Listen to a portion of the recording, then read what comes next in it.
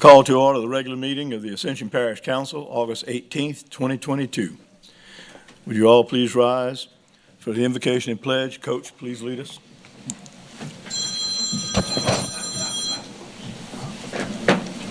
Let us bow our heads, please. Heavenly Father, as we come at this hour in the evening, we come, Lord, to truly say we thank you for the many blessings that you bestowed upon each of us. We pray, Lord, that you bless this meeting, bless the councilmen here, bless our president. We ask, Lord, that you bless each and every person out in the audience. I pray, Lord, a blessing upon Mr. Joe Pierre's family. I serve with Joe, Mr. Pierre. I ask that you bless his family that's here tonight.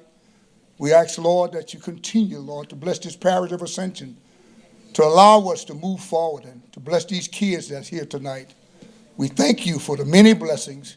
We thank you for being so good and so kind to each of us. And Lord God, as we leave this place tonight, I ask, Lord, that you allow each of us to get home safe and sound to our families. In your name we pray. God the Father, God the Son, God the Holy Spirit. Amen. And we all said, amen. Pledge allegiance to the flag of the United States of America and to the republic for which it stands, one nation, under God, indivisible, with liberty and justice for all. Thank you, Coach. All right, item 2, roll call. Madam Secretary, please note that Councilman Robert and Councilman Orgeron are not present. Item 3, presentations. Entergy Electric Bills, Aaron Lodge, Entergy Customer Service Manager.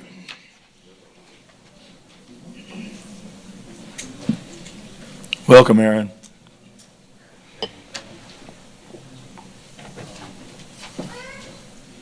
Buddy, thank you for inviting me here tonight and giving me the opportunity to spread this information out. I want to talk to you about a couple of different things tonight. Of course, the main topic being the unusually high electric bills that our customers have been having. And that's something that has been happening not just here in our territory, but all across the nation. And I want to try and break that down and give some helpful information on why that is, what's going on, and help that we have available for customers to help manage paying their bill. And also, I want to update you on some recent grid improvements that we've made. And we have some projects in the pipeline and some current projects underway. So I want to go over some of that with you all today. And so starting out, I'm going to talk about some of the grid improvements that we have. And, you know, we all know about the hurricanes that we've had, even though hopefully this year I'm hoping that we do not have one. It's looking so far so good. But due to all of those recent storms, it's caused us to have to reevaluate in the way that we plan to upgrade our grid, and we're having to adapt. And so we've been doing some evaluations, and we have some current projects underway. And so we have roughly $270 million in potential project investments for Ascension Parish planned over the next 10 years. Some of those projects has already begun.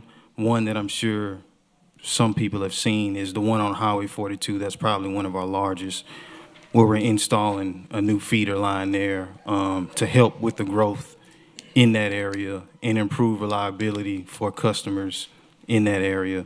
This project here that you see is a project that's currently underway. Some of you may have seen the new poles installed and wonder what's going on, but that is a $2.6 million investment that we've done to harden our grid and do some upgrades. We've installed roughly 3.8 miles of line, upgraded over 140 structures, and that'll have a positive impact on over 1,900 of our customers in the area.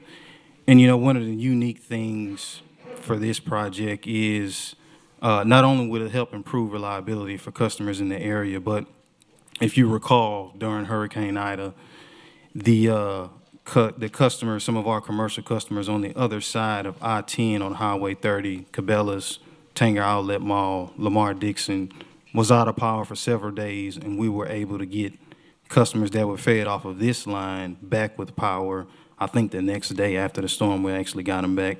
The unique thing about this project is it'll give us the ability to be able to backfeed those other customers, being Lamar Dixon, Cabela's, Tanger Outlet, and some of those customers in that area. And those are the kind of redundancies that we're putting in all across the system. Some of our customers may have gotten text messages or emails and notifications from us about having to take a temporary outage due to reliability upgrades. So this is a good example of one of the projects that we have currently underway that's helping us do that to help our customers. We also have another potential project in the pipeline, and that'll be a $2.8 million investment to do some upgrade to the lines on Highway 30 that'll be feeding Lamar Dixon, Tanger Outlet, Cabela's in that area, and also other industrial customers. That area is actually fed from out of our Geismar substation over there on that side, and that'll have a positive impact on over 2,000 residential, commercial, and industrial customers in that area. And we also have a project plan for our customers in the Donaldsonville area, and that'll be a $3 million investment to upgrade the grid, where we plan to install over 3 miles of line, upgrade over 191 structures, and that will have a positive impact on over 1,400 residential, commercial, and industrial customers in that area. And we also like to encourage customers to stay informed when a storm does come. One of the ways that they can do that is go into My Energy and sign up to get notifications from us. They can also visit our Storm Center, where we do daily updates, and also follow us on social media as well, Twitter, Facebook, and Instagram. We put information up there, and also the View Outage Map. You know, these hurricanes always teach us lessons, and one of the lessons that we learned about the View Outage Map is that, you know, for a regular thunderstorm that may blow through in the afternoon, that map works pretty good. For a major hurricane, it can kind of confuse customers. And based on the feedback that we got back from customers, they were kind of confused during Ida. So I can't give too much information on it just yet, but I just wanted to mention that we have heard that feedback and we appreciate it. And we've already began to make investments to do upgrades to provide customers with clear, concise information during major hurricanes. So, you know, customers will see some improvement with the View Outage Map. And next, I want to get into the high bill drivers. You know, the bills this summer has been honestly unusually high, but there are some reasons for that. And those reasons aren't so obvious to customers. You know, a lot of people ask, has Energy increased their rates? Or are they just trying to get money back for the smart meters? I mean, there's a lot of questions in customers' minds, but there are some valid reasons for why this is happening. And again, this isn't just happening here in our territory. This is across the nation. And so this slide pretty much sums up what we've all been feeling. This is inflation, right? So, you know, anything from gasoline, a cup of coffee, groceries at the grocery store, you know, we've all felt the financial impact from everything being higher. And then unfortunately, on top of that, this summer, Energy's electric bills are higher. And so there are several factors which may not be so obvious to customers on why that is. There are a couple of main drivers that are causing bills to be high this summer. One is the heat, obviously. We've had some record-setting heat this summer, and so what that has done is caused some record-setting energy usage I think we peaked sometime between June and July in usage. I think it was somewhere over 9,000 megawatts. And I don't think we've seen usage like that since 2015. So due to the heat, we've seen very high usage in our system. So that's one of the reasons why bills are high. Another not so obvious reason is the natural gas prices. Now, some people may be wondering, I don't even have natural gas in my house. What does that got to do with me? I'm all electric. Well, energy and most other utilities across the country use natural gas to generate electricity. And customers will see that charge pop up on their bill itemized as a fuel adjustment charge. And that price has increased pretty significantly over the past couple of years for a couple of different reasons that I'm going to go over. And also, storm recovery costs has increased. The increase there isn't nearly as significant as the natural gas or fuel adjustment charge increase. But due to the recent hurricanes that we've had, customers are starting to see those storm recovery costs pop up on their bill. And I want to make it a point that energy does not profit off of the fuel adjustment charge or the storm recovery cost. That is a pass-through cost that we do not profit off of. And so to break it down even further, if you look at the slide, beginning in July of 2020, you can see fuel costs was about $18 on a residential customer's bill. And then in July of 2021, it almost doubled. The storm costs had really no significant change there, but the fuel cost almost doubled in July of 2020. One of the impacts there was COVID that created supply chain issues, and so natural gas went up. And then if you look in July of this year, it has significantly increased, just about tripled there since 2020. We're at $62.97. And then due to the recent storms, there was an increase in the storm recovery costs. But compared to the fuel cost, fuel was much more significant. And so what we've seen from July 2021 to July of this year, one of the impacts is the war between Russia and Ukraine. A lot of people may not know, but Russia is actually the world's second largest producer of natural gas. So due to the constraints there and everything that's going on around that created an even less of a supply of natural gas for America. And of course, during the summer, you're going to have a high demand for that commodity. Due to that, the price increased significantly. And so fuel, in addition to usage, is the reasons why customers here and across the nation are seeing very high electric bills. And so to go even further, fuel costs have increased from being 18% of a customer's total residential bill in July of 2020 to now being 40% of the total residential bill this year.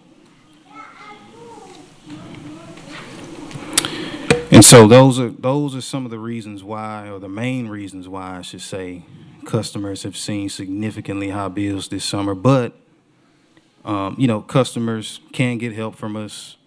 We have some options for them available to help manage paying their bill.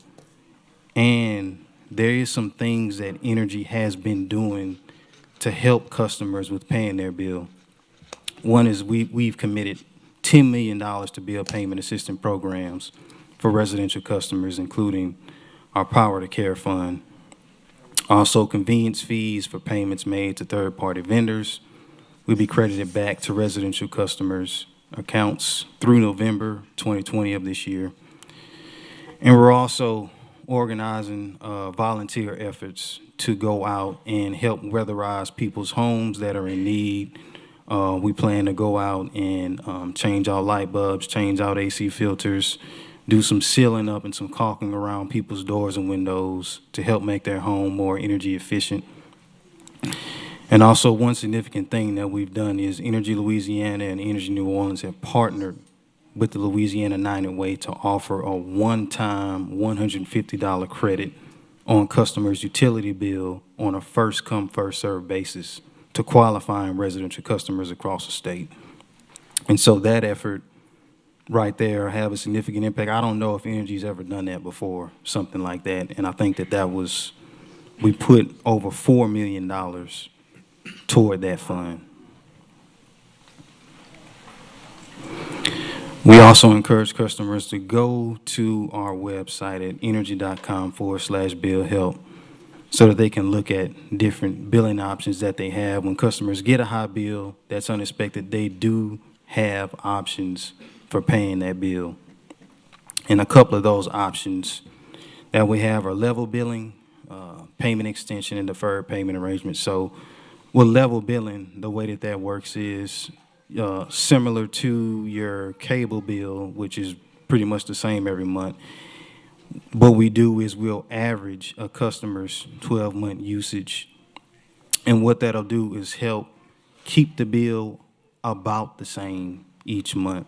What it prevents is having a spike in their billing amount where, like this summer, we had some customers that may have been paying $150 one month, and then the usage goes up due to the heat this summer, and then, it goes to $300.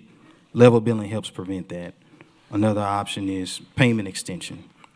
If a customer gets a bill and they need more time to pay, they can call us, tell us about their situation, and we may be able to give them a payment extension so they can pay it at a more convenient time. And also, deferred payment arrangement is another option. And the way that works is if a customer gets a very large bill, we can stretch that payment out over several months to help that customer with managing paying their bill. And there's no interest involved or anything like that. We just encourage customers to call in, look at all the different options that we have, and choose the one that is best for them to get help with paying their electric bill. And also, we have our Energy Solutions program available. This program is on our website, and customers can go and they can actually get rebates for energy efficient projects like smart thermostats and other appliances. We can give them a rebate toward them trying to make their home more energy efficient. And there's also some free and low-cost steps and tips that we recommend to our customers, like changing the air filter. A lot of people probably forget that it's probably time for me to change mine out, honestly. But, if you don't do something as simple as that, it can cause your air conditioner to have to work harder, and that'll increase energy usage. We encourage customers to set their thermostats at the highest comfortable temperature during the day and use fans to cool off, close blinds, use curtains if they can to keep the sun out, and seal up any cracks and holes around doors, windows, and ductwork. And customers can also visit our website at energy.com/save money to access a variety of other energy saving tips. And so that is all that I have. I hope that sheds some light on the reasons why these bills are high and gives some information on help that customers can get. And that's all that I have. Any questions? Thank you, Aaron. Any questions from any council members? Very good information. I'm sorry, Coach. I just wanted to appreciate the effort in informing the community and allowing them to know where they can get help from, and allowing you to come here tonight to give us that information moving forward. So thank you for the help. Yes, sir. Thank you. Provide. Okay, Coach, thank you. We do appreciate your presentation. It gives people options. Yes, sir. They may not know they had, so thank you for coming. Yes, sir. Thank you. Thank you for inviting me. Thank you.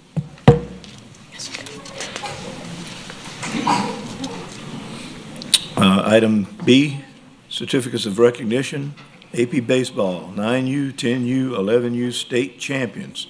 Councilman Chase Melanson. Thank you, Chair. We're here tonight to congratulate and celebrate three awesome groups of young men. These three, the 9, 10, and 11U, simultaneously at the same park won state championships for Ascension Parish baseball. So tonight we're going to recognize them and let them know how proud we are. And so the way I'm going to do it, I'm going to go ahead and call up one team at a time. I've given out their certificates because we'd be here till midnight if we called them out individually. So I'm going to get the 11U team up here first, and we'll take our picture. And once they're here, I'll announce each kid's name up here, and we'll do that for all three teams. We'll take the pictures with them. So at this time, I'm going to ask our 11U Louisiana state champions to please come up here.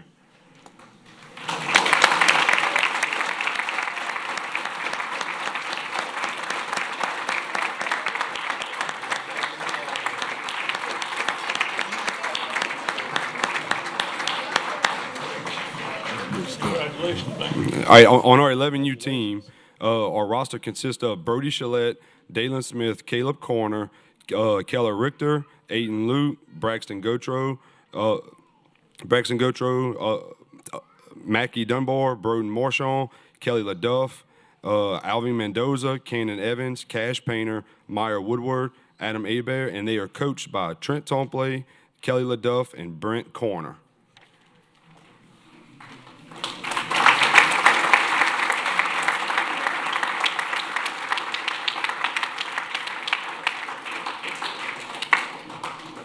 Look, parents, y'all please come up and take pictures if y'all like.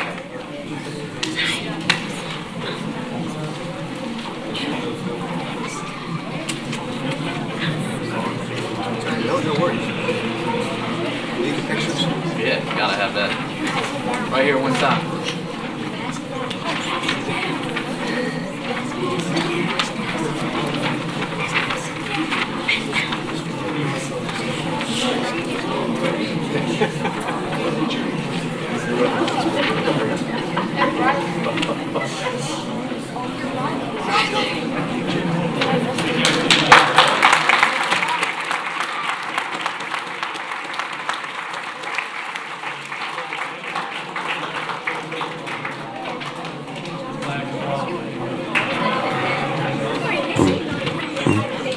Look, at this time, I would like for the Tenu Louisiana state champions, y'all please come up.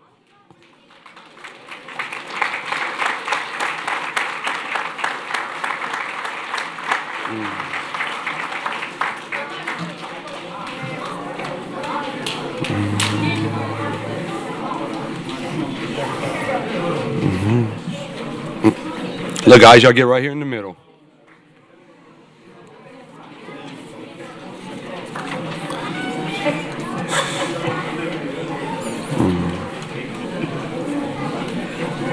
Yeah. The roster for our 10U Louisiana state champs are Beckham Dewey, Parker Johnson, Matthew Medina Camacho, John Ambrose, Colton Jucala, William McDowell, Riley Pontiff, Micah Foster, Cooper Einzel, Kobe Brown, Owen Bass, Jacob Capello, Brooks Hydell, and they were coached by Ricky Johnson, Doc Dewey, and Jack Dewey.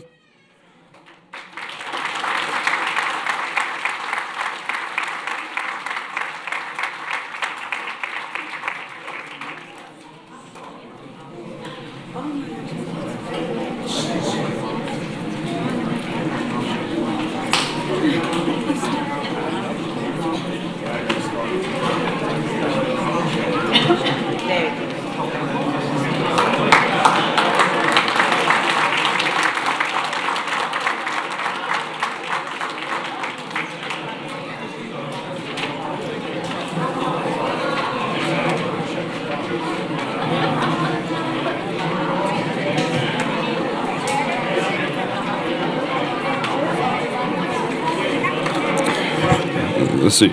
All right, at this time, I will ask our 9U Louisiana state champs, will y'all please come forward?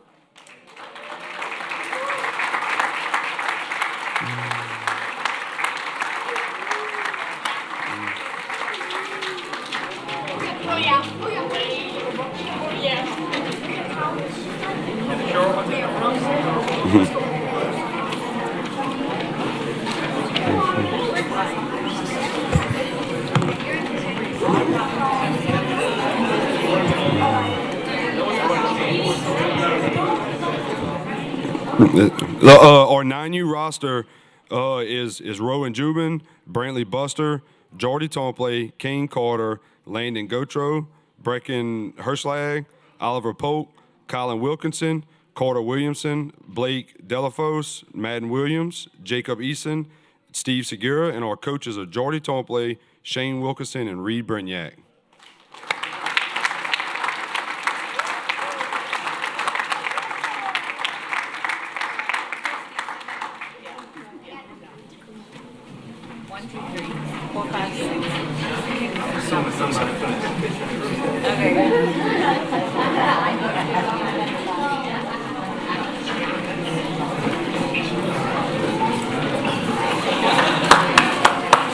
Got a minute?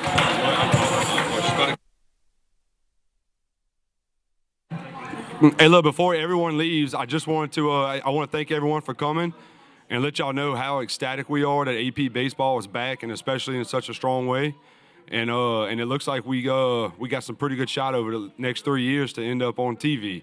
So we're really ecstatic for someone who made All-Stars maybe every other year, and we did not go this far. So we're very ecstatic. And also, listen, I know Mr. Wayne is recovering from surgery.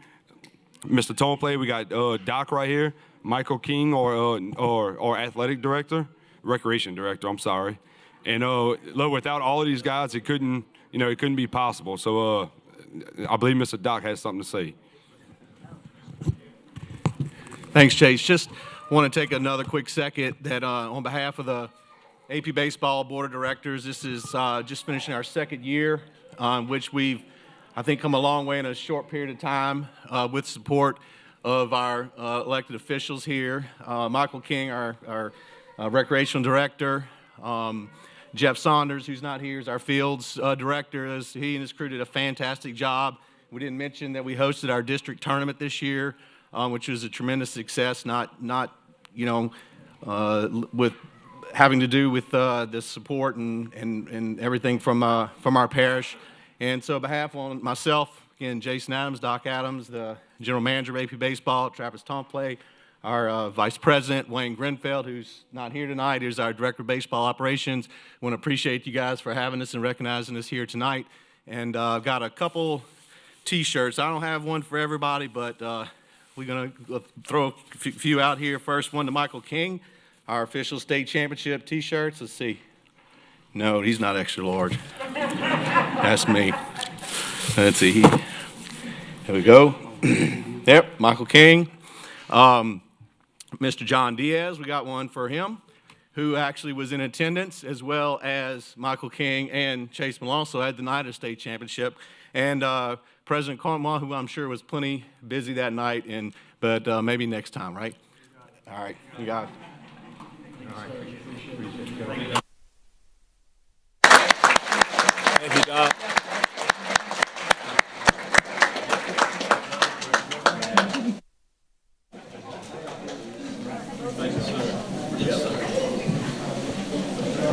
Say, Doc.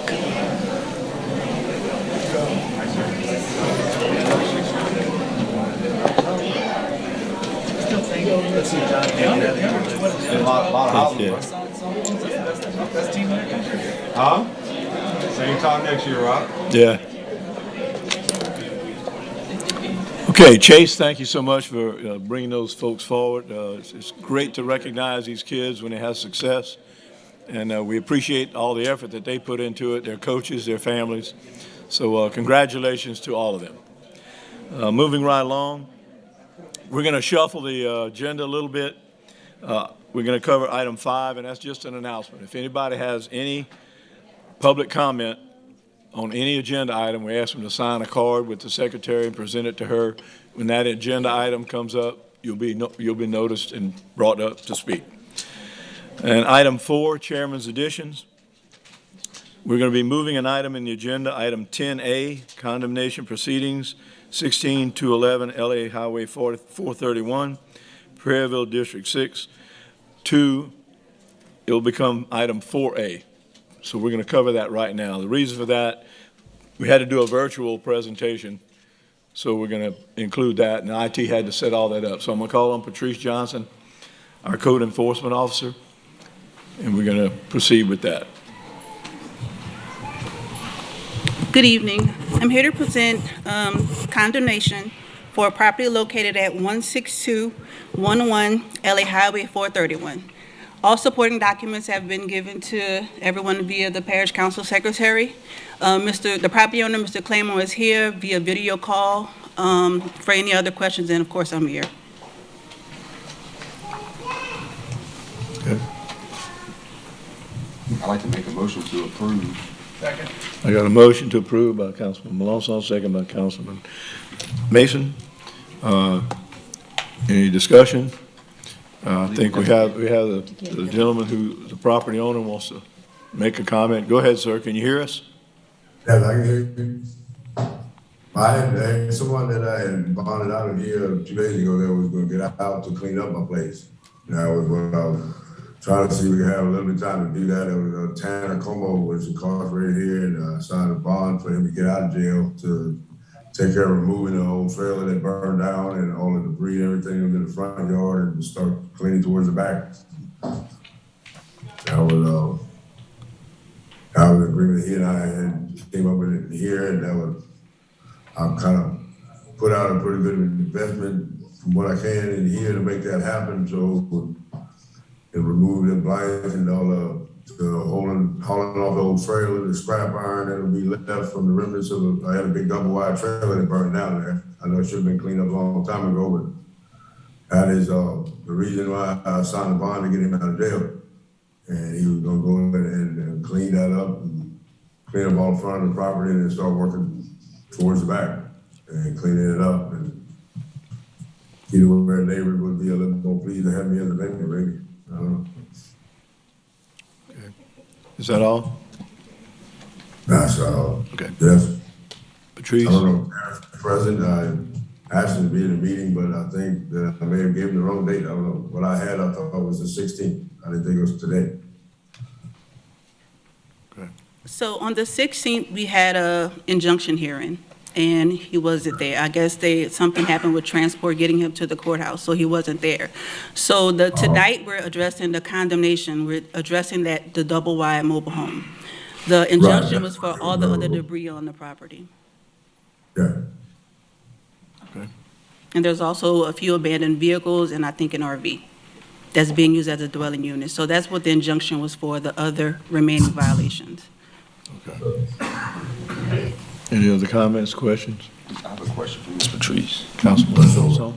Hey, so the injunction, that's gonna have to be a separate? I think Mr. Long is here. We're changing it to another date, and he's going to be served where he is, and we're going to go forward with the injunction as well.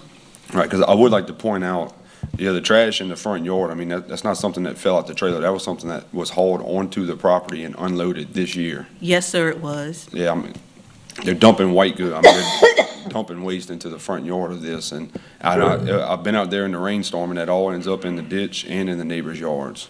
Yes, sir. Yeah. So we will come back to address the other trash and everything outside of the double wide. It will be before Judge Tenu, Okay. not before the parish council, not before the okay. council. Okay. Any other further comments, questions? We got a motion to approve. You got a second? Any objection? There being none, motion passes. Thank you, Thank you. Patrice. Thank you, sir. Okay. Item 6, Parish President's Report. Good evening, Chair and Council. At this time, it looks like we had a pretty lengthy agenda and really had any significant event, so don't have a Parish President's Report tonight. Thank you, sir. Appreciate that. Item 7, Consent Agenda. Secretary, would you read, please? Approval of cooperative endeavor agreement between Leadership Ascension Foundation and Ascension Parish Government to transfer ownership of an electronic application and website entitled You Matter Ascension, contingent on legal approval. Bid results in approval to enter into contract with Roland J. Robert Distributor, Inc. for automated fleet fuel system and supplier for on-site dispensing, off-site dispensing, and bulk deliveries. Approval of Amendment Number 2 to Master Contract for Professional Services between Ascension Parish Government and Kendick Keys Collaborative for Growth Management and Regulatory Preparation Services to extend the contract term for an additional year through July 21st, 2023. This amendment only extends the term of the contract and does not affect the contract price. authority to enter into contract for Lamar Dixon fence repair with the lowest responsive quote submitted by Amco Fence and Steel Company LLC in the amount of $55,360. Approval of change order number 1, Ascension Parish Department Relocation Human Resources Phase 2 Parish Project PM 2110-0001 Delcon LLC for additional scope of work, fire pool relocation, plan changes, delay indoor frames, maintain one HR fire-related wall for an additional amount of $17,951 and an additional 39 days added to the contract. Approval of change order number 4, Manchac Acres at Muddy Creek Bridge Replacement Parish Project 08391-006, River Road Construction, Inc. for the addition of 62 calendar days due to abnormal high water levels, adverse weather conditions outside of allocated contract time, resulting in unworkable site conditions and necessary regrading work. Concrete delivery has also been delayed due to industry availability.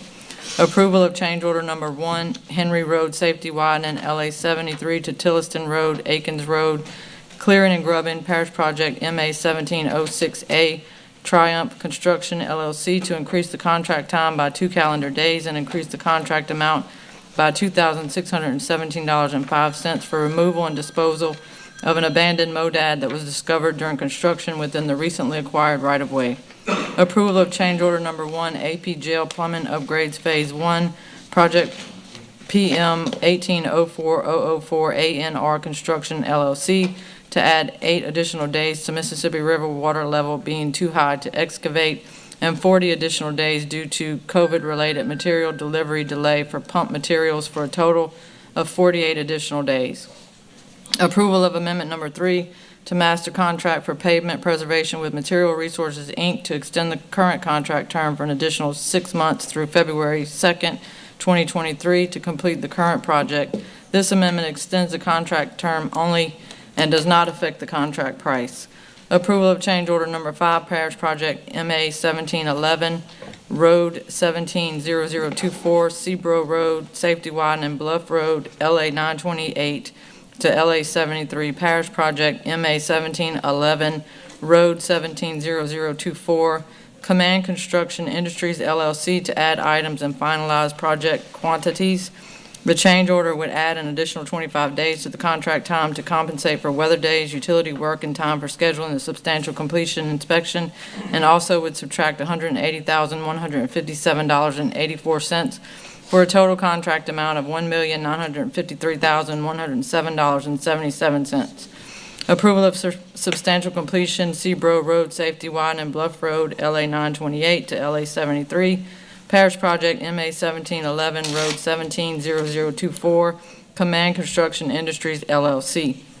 Approval of certificate of substantial completion, Bro Road at Germany Road, Clearing and Grubbing, Parish Project MA 1807, Road 180017, LA Contracting Enterprise LLC. Approval to correct the traffic impact fee district for Project Road 180020, MA 1805, US 61 at Germany Road intersection improvements from District Number 2 to District Number 3. Approval of the Selection Committee recommendation of the top 15 ranked consultants, including tied scores for the Move Ascension professional design and related services. At this time, does anyone want to remove an item from the consent agenda for further discussion? There being none, I'd entertain a motion. So moved. Motion to approve Second. by Dempsey, second by Terry. Any objection? So ordered. Item 8, Planning and Zoning Recommendations. Zoning Review ID PZ-2907.22, Lot 1, Old Hickory Woods subdivision for Linda Taylor, located on the west side of LA Highway 44, approximately 130 feet north of Sycamore Avenue, to amend the Ascension Parish zoning map from medium-intensity residential, RM, to mixed-use, to MU2, to accept or deny. The Zoning Commission recommends approval. Motion to accept the approval. Second. I got a motion from Terry to accept the approval, second by Chase. Any objection? Any further discussion? There being none, that motion passes. Committee recommendations. Here we go. This is going to be fun. Approval to rename the Darrow Community Center to the Joseph U. Pierre Senior Community Center from the Recreation Committee recommendation. I had a motion by Coach, second by Travis. Either way. Any objection? Absolutely none. We have a presentation. Councilman Turner. By the way, that motion passed.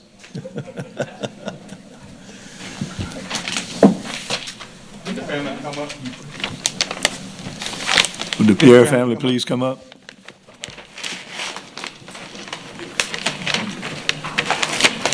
Need some help?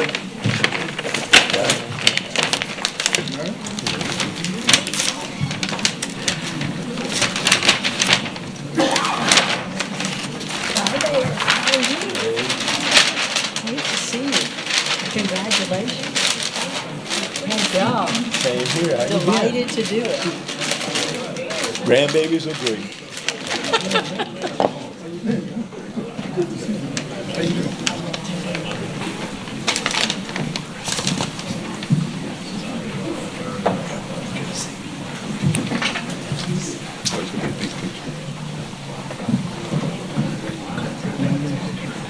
That's a big crowd. Good family.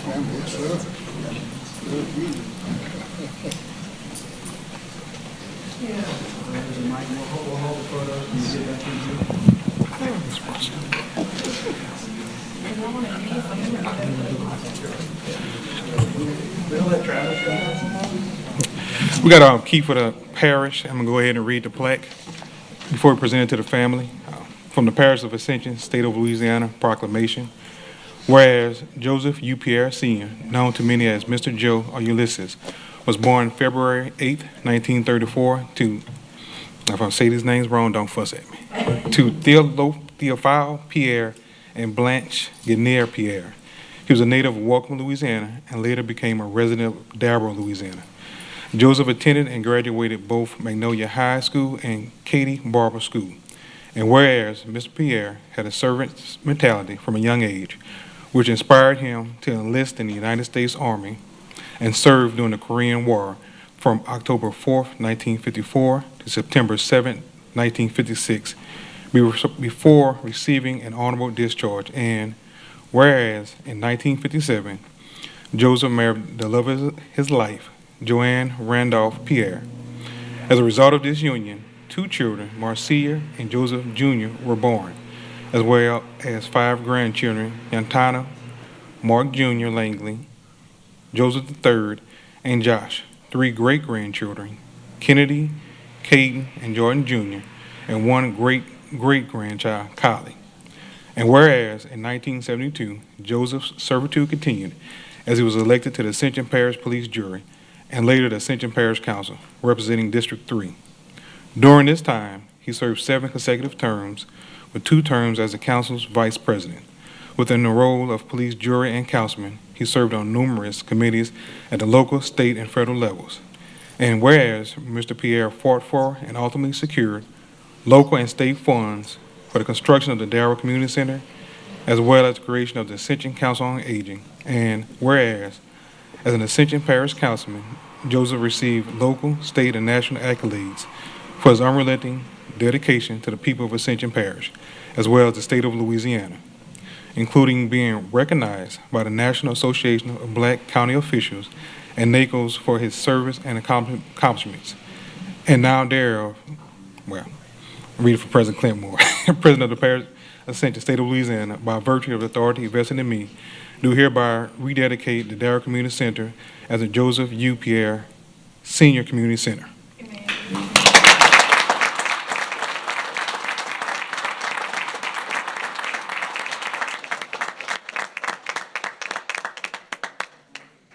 That's awesome.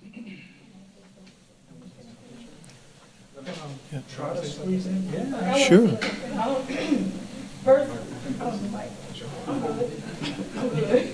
First, giving obedience to God, who is the head of my life and the head of our family.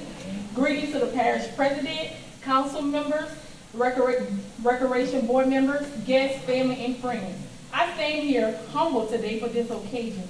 My grandfather, Joseph U. Pierre Sr. was a man of integrity, a man of wisdom, and a man who not only fought for African Americans, but for the people. Yes. He paved the way. He paved the way for individuals who had no hope, and he led by example. He stood for what was right, and he did not settle for no as an answer. That's right. Because of his good works, many lives were touched, and his legacy now shall continue to live on. Thank you. We appreciate it.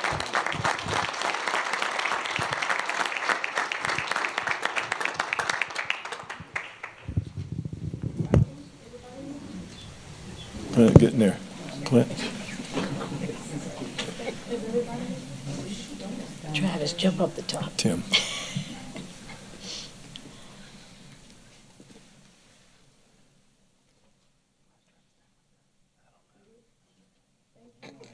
Thank you. Thank y'all so much. Thank y'all for coming.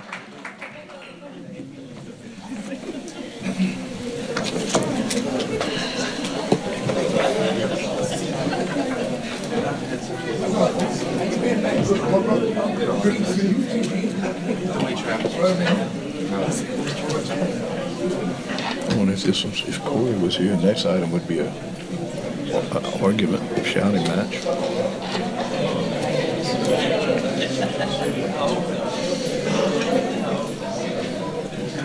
No speakers cards on that either.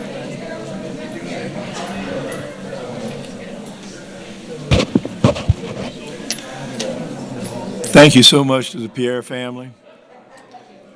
We appreciate it.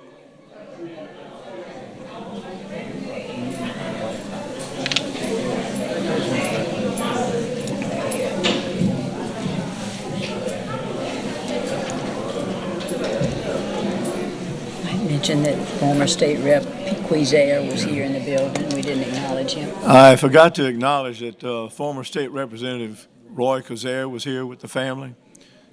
Roy served us all very well when he served in the State House of Representatives. Thank you, Roy.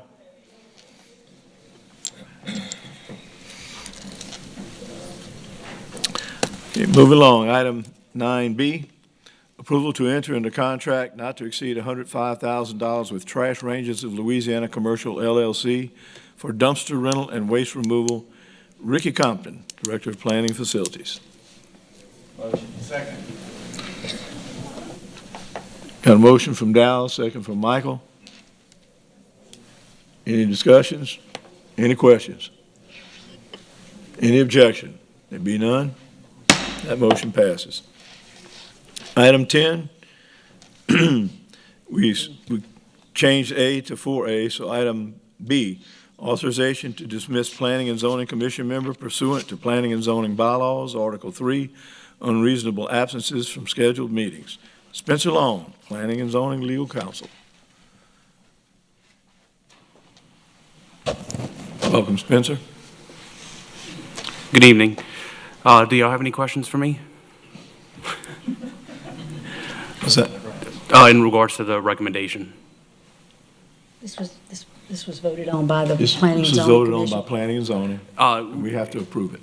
It was not voted on per our bylaws. If a council member misses 3 unreasonable absences, I automatically send a letter advising him that he's missed those absences, as well as a recommendation to y'all to have him removed. Okay. Councilman Thomas. Yes, Coach. I'd like to just inform the council, my colleagues, this situation that happened for me is basically was a very much miscommunication in terms of what's being done at this time.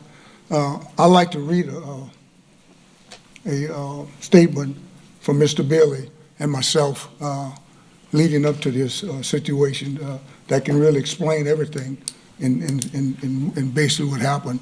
And in talking to Mr. Lone prior to this today, this shouldn't have never come about.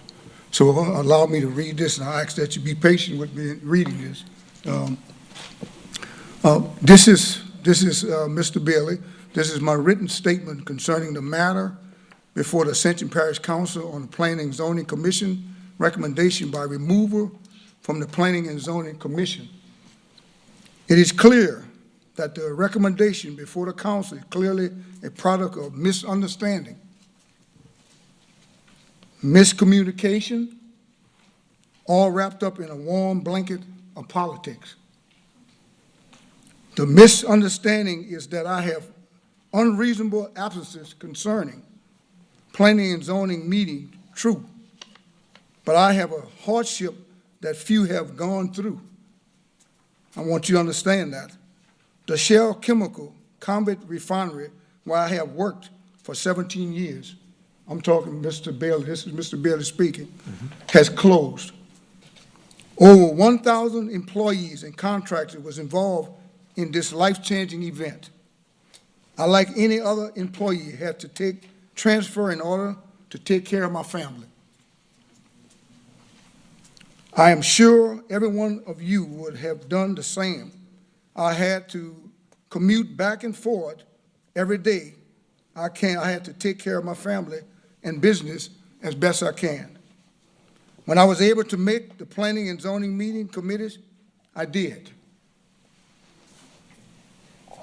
Being that I am a private person, Mr. Bailey speaking, my family and I made the choice not to tell everyone that I would be away from home many days because that would put my family in danger if an individual had bad intentions, knew I was away from home. So I choose not to disclose that information in order to protect my family. The miscommunication is that the Planning and Zoning Commission bylaws state, and hear me good, state that if a commission member has 3 unreasonable absences in a year, legal counsel contacts the member in writing. I'm hoping y'all can hear me. All absences will be reviewed by the chairperson, the director of planning and legal counsel, to determine the reasonableness of the absence. The chairperson, the director of planning and the legal counsel never contacted me to discuss why I was absent from planning and zoning meetings. If they had never talked to me, then how could they make a fair determination of the reasonableness of my absence? They had no idea why I was absent. Clearly, this is miscommunication. The warm blanket of politics, well, that is prior to Dwayne serving District 1 on the Planning and Zoning Commission. No one has served in this position for 15 years. Had nobody from the West Bank in 15 years. It seemed like quite a rush to take a member off the commission when no one has served in the seat for 15 years, and the Planning and Zoning Commission did not push to fill the seat. Yet as soon as the seat is filled, there's a rush to remove the only minority member on the commission. There are no women, there are no Hispanics, no Asians, no Native Americans, and if Dwayne Bailey is removed, there will be no African Americans will be seated on the Planning and Zoning Commission. So again, with no knowledge of why Dwayne Bailey was absent from the meeting because they never talked to Dwayne Bailey, how could the commission leaders make a determination of whether or not the absence were reasonable or unreasonable in the bylaws? That's what it states. Reasonable or unreasonable? Do you have a reasonable or unreasonable statement? Nobody called, nobody said nothing. But you make a decision to remove him. Why then, without knowledge, have they pushed so hard to remove the only minority from the Planning and Zoning Commission? It feels and looks like a very warm blanket of politics. Now that you have more information concerning this matter, I ask that the Ascension Parish Council, my colleagues, make an informed and wise decision and dismissed this recommendation on the merit that it was impossible for the commission leaders to make a proper determination if the absences were reasonable or unreasonable, because they failed to gather the information needed to make that decision. Simply because they failed to ask Dwayne Bailey why he was absent. How could they determine whether the absence were reasonable or unreasonable in the bylaws? That's the rule, that's the law. As stated in the bylaws, which the Planning and Zoning Commission and Ascension Parish Council follow as prescribed by law. Thank you for your time and consideration, Dwayne Bailey and Coach Alvin Thomas. I ask that you consider, and again, in talking to Mr. Malone, it wasn't a big deal, and it wasn't no consideration of calling myself, in all respect, to the West Bank and trying to remove. It wasn't nothing considered that was dead, was did wrong. So I'm asking this council, I'm asking my colleagues to not to take Dwayne Bailey off of this planning commission. Thank you. Yes, sir. Would y'all like me to respond, yes, or do you have any questions for me? What would your response be to that statement? The only real response I'm going to have is that it's not the duty of legal or the planning commissioners or the director of planning and zoning to reach out to any of the commissioners. Per the bylaws, it is the commissioner's duty to let us know if they're going to be absent for the meeting.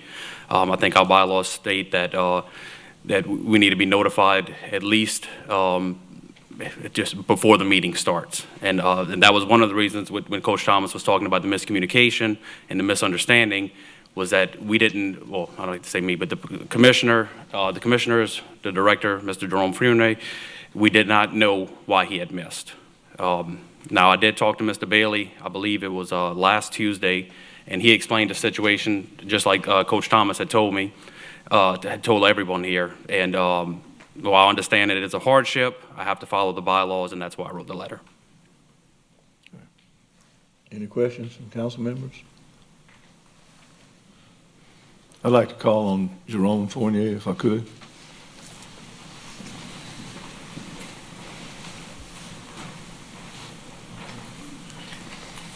Mr. Chairman. Jerome, could you explain to us some of the details that led up to the letter? I mean, the letter was sent to Mr. Bailey by the Planning and Zoning Commission, correct?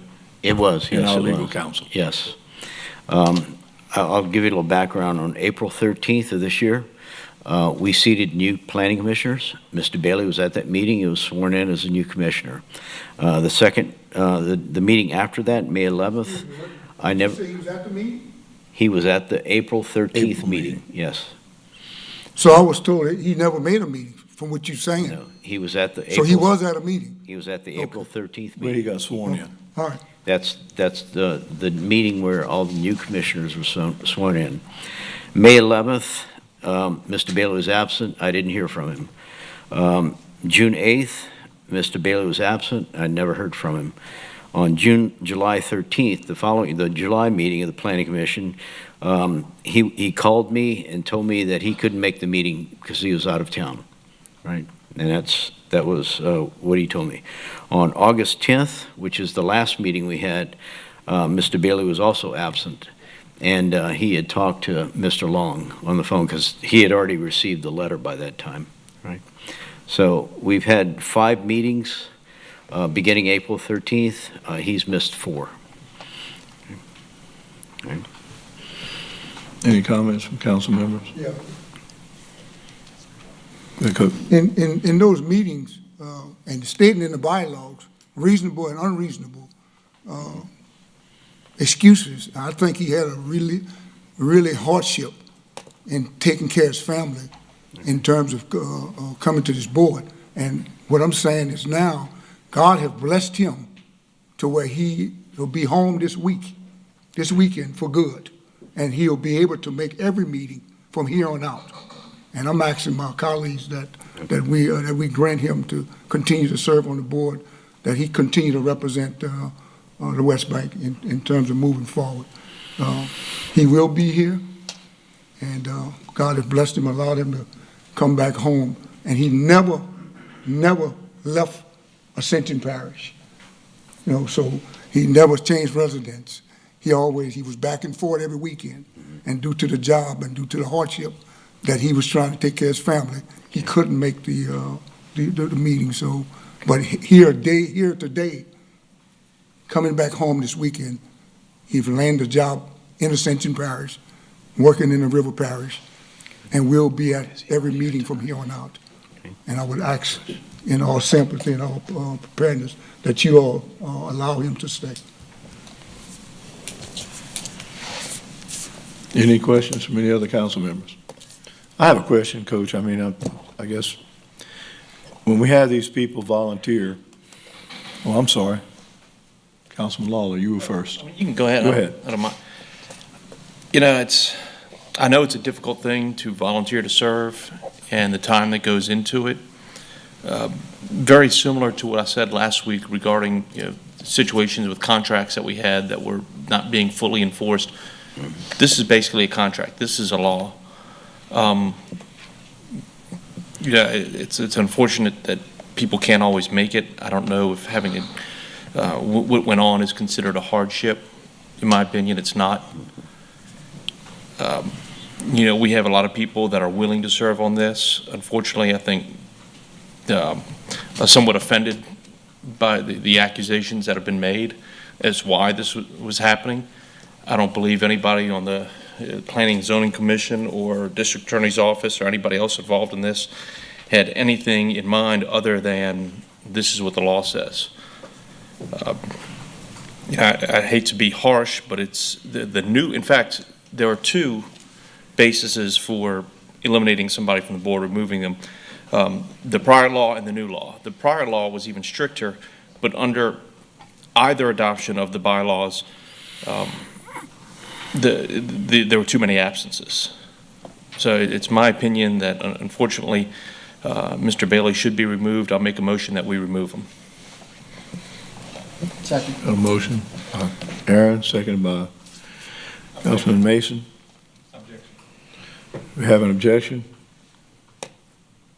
Roll call vote, Madam Chair.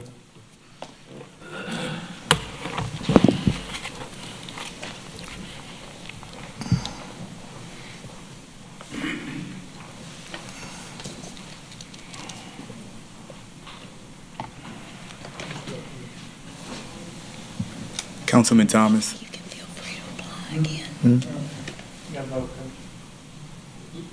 Do you vote? You need to vote.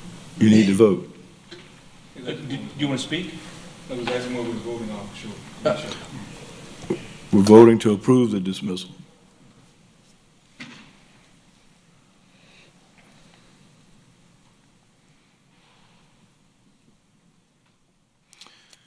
Yeas have it, so the motion carries.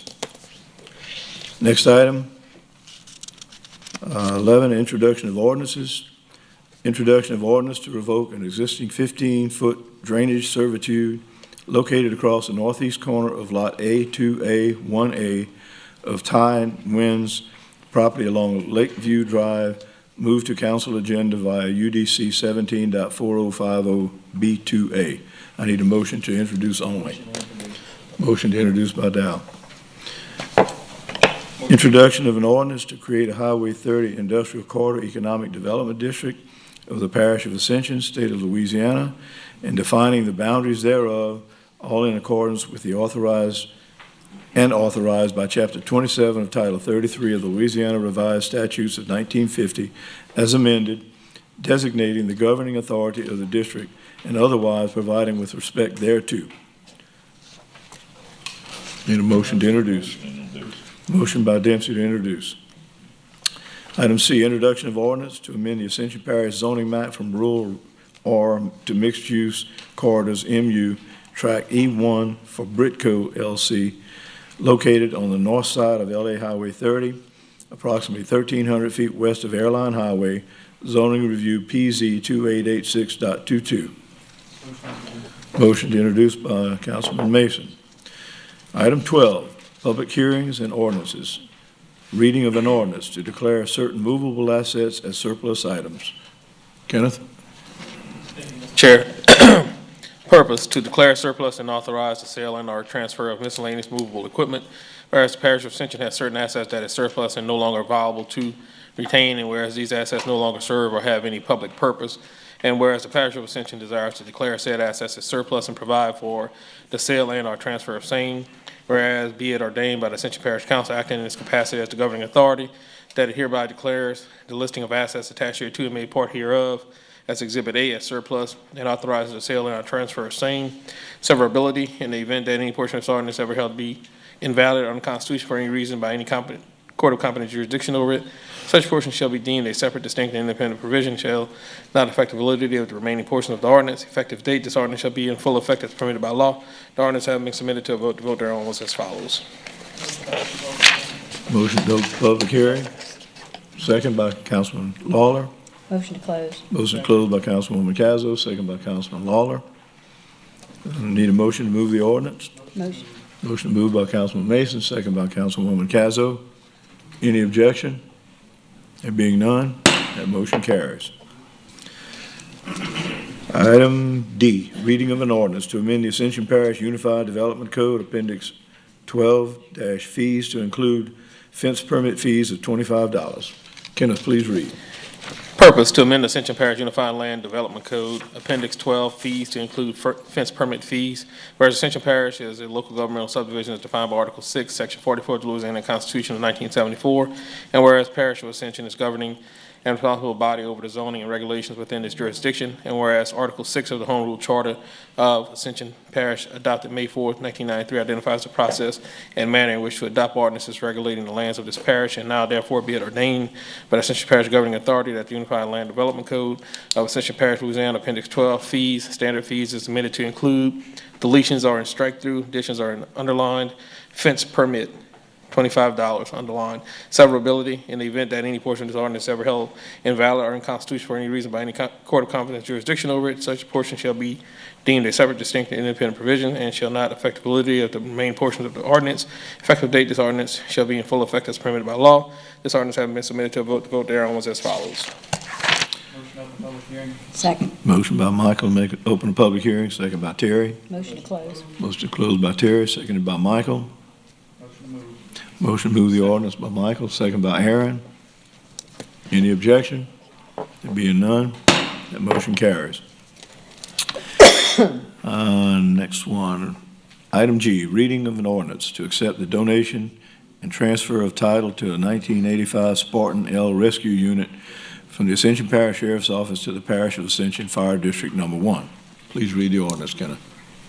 Purpose, to accept donation and transfer of title pursuant to an act of donation certain movable property owned by the Ascension Parish Sheriff's Office to the Parish of Ascension. Whereas the Ascension Parish Sheriff's Office owns a 1985 Spartan L10 Rescue, VIN S29MT9U05FC423818. This equipment is no longer needed by the Ascension Parish Sheriff's Office, whereas the Parish of Ascension will maintain and provide insurance for said equipment, be it ordained the Ascension Parish Council as the governing authority in and for the Parish of Ascension. With permission, consent, and request of the Ascension Parish Sheriff's Office, does hereby authorize acceptance, conveyance, and transfer of all rights, title, and interest in and to 1985 Spartan L10 Rescue, VIN S29MT9U05FC423818, as is, and without warranty of any kind, as more fully contained in the act of donation attached hereto and made a part of hereof, as Exhibit A. Be it further ordained that Clint Coitmore, Parish President, is hereby authorized to execute any and all documents necessary to complete this transfer on behalf of the Parish Council. The ordinance having been submitted to a vote, the vote thereon was as follows. Motion to open public hearing. Motion by Councilwoman Cazzo to open public hearing, second by Councilman Mason. Motion to close by Councilman Mason, second by Councilwoman Cazzo. Motion to move the ordinance by Councilman Mason, second by Councilman Wagensback. Any objection? There being none, that motion passes. Reading of an ordinance to regulate the sale and use of Kratom in the Parish of Ascension. Would you please read the ordinance, Kenneth? Thank you.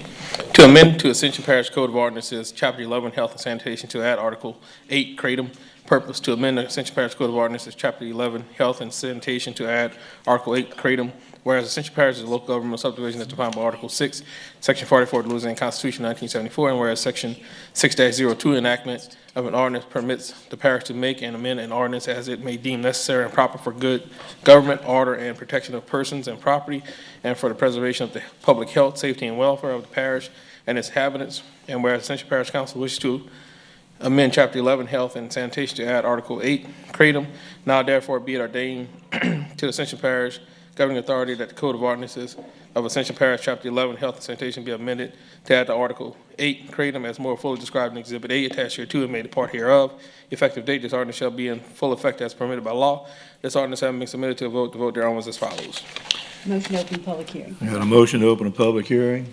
And before we close the public hearing, we do have some speakers. And we're not calling them in any particular order. First speaker is Carrie Villar.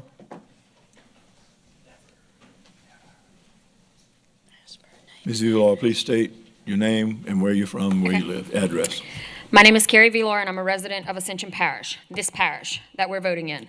I'm not a paid advocate for the AKA, American Kratom Association, store owner who profits from Kratom sales, nor am I receiving payment of any kind by standing here today. When we began posting about this on Facebook, we received a lot of backlash. However, everyone who rebutted our stance advocated they were Kratom supporters in their bio or on their profile picture. Most likely, they were being paid. I'm just an average person who has been negatively affected by Kratom. The opposition has downplayed the very dangerous effects of Kratom use. This ordinance is not to argue whether or not its unadulterated form is beneficial. However, if it is beneficial, why would Malaysia, one of the countries where it is indigenous and grown in its most raw form, outlaw it? We know that Kratom is natural and derives from the same family as the coffee bean plant, but does that make it safe for consumption? I can eat portobello mushrooms all day long, but if I eat shrooms out of a cow pasture, I'm gonna end up in a heap of you-know-what. There are 32 countries, 6 U.S. states, and multiple municipalities that have banned Kratom. In 2016, the DEA intended to place Kratom on the emergency scheduling list as a Schedule I drug. This process usually takes approximately 2 years. Kratom was removed in less than 2 months because of the AKA and other Kratom organizations who benefit exponentially from Kratom sales. Several phone calls to Congress and over 100,000 signatures from Kratom advocacy groups were sent to the White House in protest of scheduling. If my fiance, being one person, spent $60,000 in 1 year on Kratom, it makes sense why these advocates and retailers would not want Kratom banned. The money. Kratom advocates have brainwashed people with a plethora of material claiming it is beneficial and not harmful. Baloney. The dangers of Kratom stared me in the face for almost 2 years. At the last meeting, there was a gentleman who claimed he is a Kratom user. He can be seen on video in the audience almost nodding out. When he would start to nod, he would pop his fingers, pop his neck, and move suddenly. I'm quite privy to these behaviors and can assure you he was trying to keep himself awake. I would see my fiance doing this often when he was driving or anytime he was sitting still. Also, there's no law stopping teens from purchasing these legal opiates.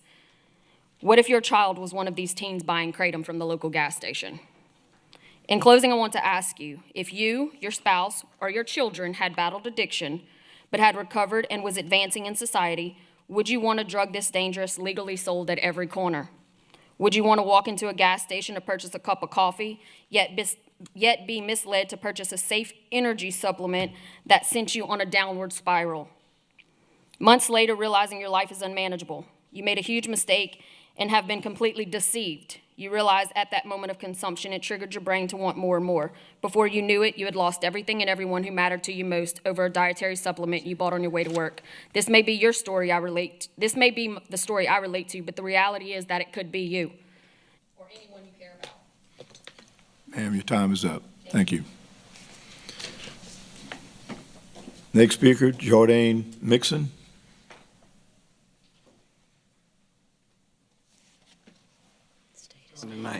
My name is Jordan Mixon. I am from Baker, and I do not support the Kratom ban. I wanted to share how Kratom has helped me. For most of my early 20s, I was addicted to heroin as well as other drugs. Thanks to Kratom, I haven't used heroin or other drugs in over 4 years. Kratom has helped me take back control of my life. I hope this story makes y'all rethink the proposed ban and look into other options, such as regulation or age limits.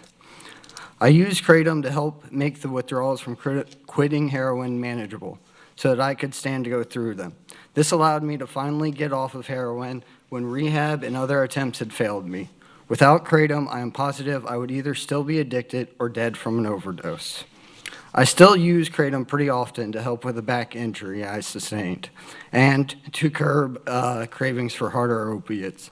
This plan allows me to work a day job without any prescription pain meds, and if this ban goes through, my only option when I have to work here would be to get prescription opiates, and I fear that would lead me to a road back to addiction. I know that there are others who, like me, run the risk of relapsing and probably overdosing if this ban is enacted. The purpose of the proposed ban is to help control the opioid epidemic, but I am certain that if it is enacted and enforced, then opiate overdose deaths will rise. I hope this has changed your mind and showed that Kratom is low risk and could be helpful for many people. Thank you for listening to me, and if anyone has any questions, I'm happy to answer with the remaining time. Any questions? Thank you, sir, for your comments. Angelina Daniels.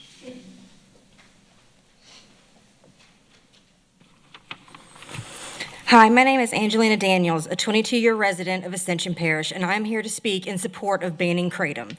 2 years ago, I could not have told you what Kratom was until the father of my then 3-month-old and 6-year-old children overdosed on heroin. Yes, he may have overdosed on heroin, but he was also taking Kratom along with it and to quit using heroin. Yes, the same Kratom that these advocates also claim is the cure for opioid addiction. The doctors in the ER advised us that the detox from the Kratom would be far worse than his recovery from his heroin overdose. They told us that the influx of patients coming into the emergency room as a result of Kratom use and withdrawal. Frontline medical professionals were warning us not of the dangers of the heroin withdrawal, but of this capsule filled with green powdery substance that was purchased at a head shop legally. I watched him go through absolute misery, begging for relief of the withdrawal symptoms for weeks, even wishing death upon himself to make it stop. He told me that he had never experienced such a bad withdrawal, and he would have rather just detoxed from heroin itself. We live in a society of instant gratification and turn to substances at the first sign of discomfort. We have prevented our bodies and brains from being able to tolerate any form of pain. The levels of pain and discomfort have not changed over the years. The pain scale levels you see at every doctor's office and hospital haven't changed. What has changed is the extents people are willing to go to in order to not feel pain or deal with trauma. Abstinence, therapy, and a strong support system is the real cure with the highest success rate. The one thing that both sides of these arguments have in common is addiction. We have recovering addicts begging this dangerous drug be banned, and we have active Kratom addicts begging it to remain legal. The irony is that if we are arguing about a heroin ban, you wouldn't see so many people fighting to keep it legal. The misinformation being distributed by the American Kratom Association is a desperate attempt to try and dispel legitimate medical proof of the dangers its use has, including abuse, overdose, and death. The AKA will have you believe that Kratom is the next big thing, that it will relieve pain and cure addiction. They have flooded the market with Kratom, but do not be fooled. Their motivation is fueled by their multi-billion-dollar industry, not by the health and well-being of the consumer. This is the same way Purdue Pharma, backed by Richard Sackler, started the opioid epidemic by flooding the market with OxyContin. Kratom has the potential to be the next opioid epidemic. The government got it wrong with the opioid epidemic, and we will see the ramifications of that for years to come. I ask you, my elected council members from my hometown of Ascension Parish, to get it right where they did and ban these drugs.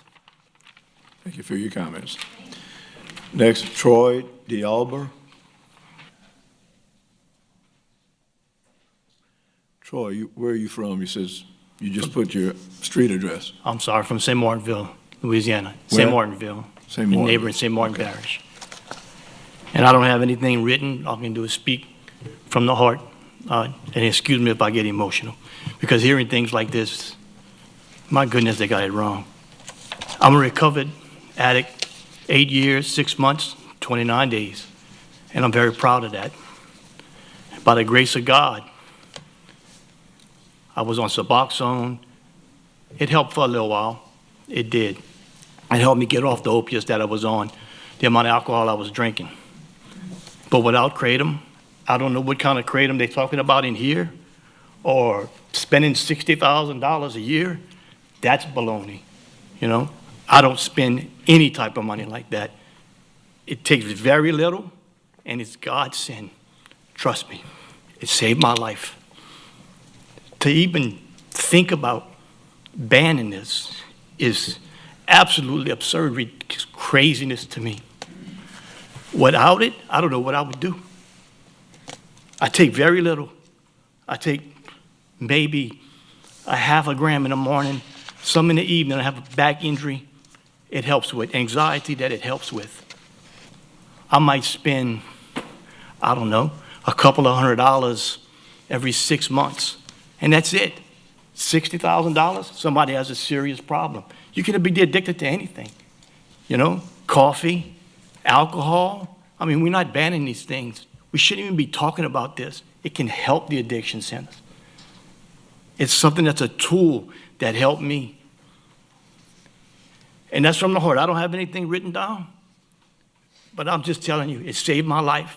And anybody in here that wants to talk to me about it, I'm not associated but with me. I drove an hour and 45 minutes to get here because it's been bothering me for too long and too long. This is going on, and it's saving people's lives. Hundreds of thousands of people take this responsibly. It helps them with back pain, anxiety, fibromyalgia. My mom is 78 years old. It helps her with knee pain. I'm far from. And to turn me into an addict in Ascension Parish, where I'm clean for 8.5 years, is absurd. So I ask y'all to not do this. I was around the corner eating a hamburger just now, and I see what you're talking about. I understand they're creating them in bright green lights. That's being promoted in a for, it's trying to attract addicts. Getting rid of that, I'm fine with that, to get rid of that. But not getting rid of it, buying it from pure vendors out there that are testing this stuff, and it's clean, safe, and it helps. So I ask each one of you, please, not in this the way it's written. It's ridiculous. It's saving people. It saved my life. Thank you for your time. All right, thank you for your comments. Justin Kramer.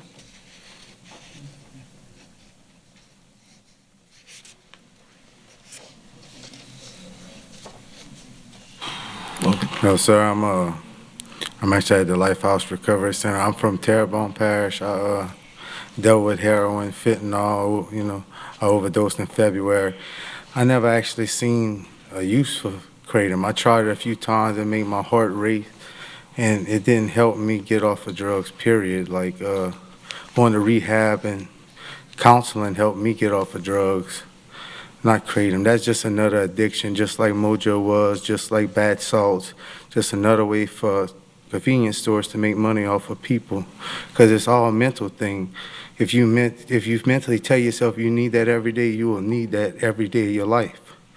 But if you get counseling and help to work through it, there's no sense to mess up other people's lives. I didn't even know it was a problem in people's lives, to be honest with you, till I met one of my friends at the recovery center, and he was telling me about it. Because I had tried it a few times, and it didn't get me off of fentanyl. It didn't get me off of heroin. I was hopeless for 3 years on drugs, and I was able to manage to kick it for a couple of months, and I died, and Kratom was not the answer for me at all. Not one bit, and that's all I got. Thank y'all. Thank you for your comments. Mac Haddon, or Haddo. Thank you. My name is Mac Haddo. I'm the Senior Fellow on Public Policy with the American Kratom Association.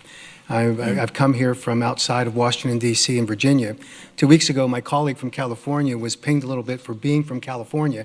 I can't imagine what you're thinking, someone coming from the Washington, D.C. area doing this. But I took to heart the point that was made in the prior hearing that Ascension Parish is the leader, the thought leader in Louisiana.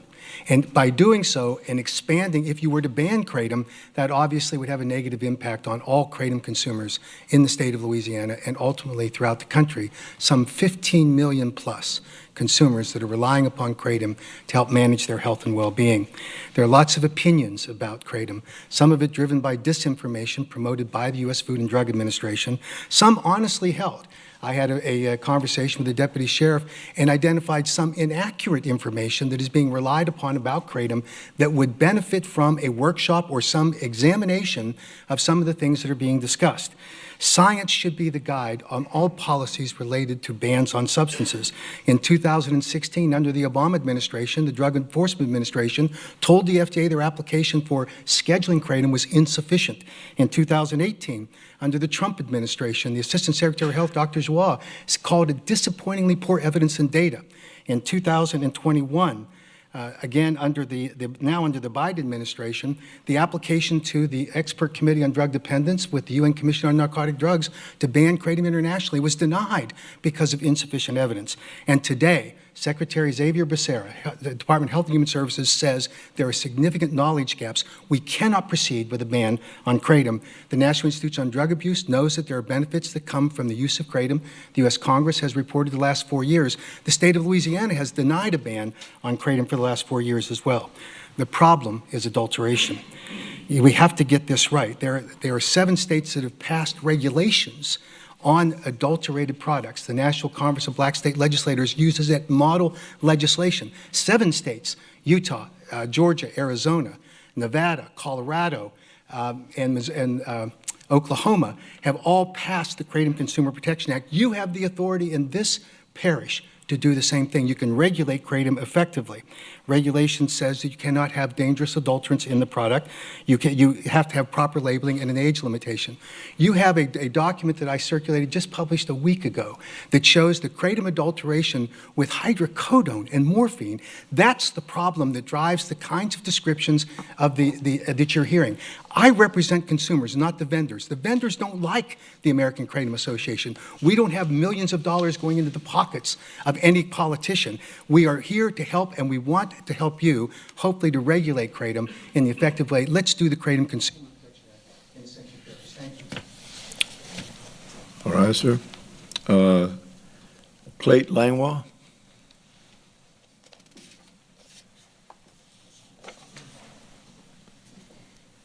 Good evening, Council. My name is Clay Langlois. I was born and raised in Ascension Parish.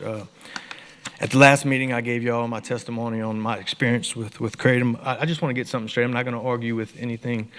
But what I'm referring to is an extract kratom. It's literally 40 times stronger than, when the man talks about a gram and stuff. That's the unadulterated stuff that may be helpful. But this other stuff, it's dope. It's literal, just as strong as pain pills. Excuse me. While there may be some anecdotal evidence of kratom's benefits, they are largely outweighed by its considerable drawbacks. Just like ecstasy, opium, cocaine, it was once legal. I'm sure it had a lot of people that used it the right way and it benefited them, It was thought of as a miracle drug. The FDA labels kratom, and I quote, "a health scam that has caused hundreds of deaths and severe medical harm. Under no circumstance should anyone consume it. Federal law prohibits the advertising and promotion of kratom to be for medical use." That's federal law. The CDC has linked over 400 kratom-related deaths, and that was almost a year ago. That was September 21st, to be exact. Kratom is indigenous to Thailand, Indonesia, Malaysia, and Myanmar. 3 out of those 4, it's now illegal to possess, grow, do anything. That speaks volumes by itself. Other countries that have illegalized this miracle drug include Australia, Denmark, Finland, Israel, Japan, Latvia, Lithuania, Myanmar, Malaysia, New Zealand, Poland, Romania, Russia, Singapore, South Korea, Sweden, Thailand, Vietnam, and the UK, who categorizes it as a psychoactive substance of 2016. And that was before the strong stuff. They wasn't talking about the extract back then. It's also illegal in 6 out of the states. It's illegal in 6 states out here. The DEA publicly announced that the Southeastern Asian drug is to be an imminent hazard to public safety, and their intent to schedule kratom as a Schedule I drug alongside heroin, LSD, and ecstasy. The U.S. Center of Poison Control reports over 700 calls in 2019 alone. That number is presumed to be significantly higher.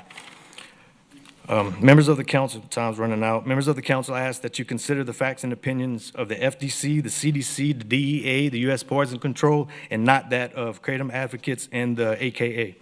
That's all I got. Thank you. Thank you for your comments, sir. Corey Kimbrough.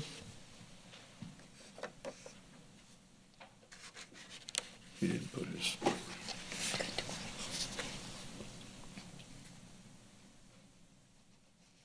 State your complete address, please. You just put a street.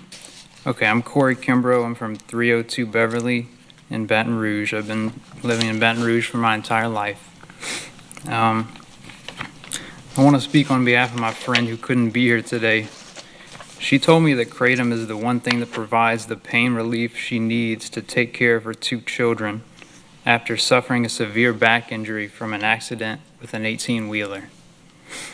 And she told me that it has helped her life in such a positive way that she would consider leaving the parish if it were to be banned.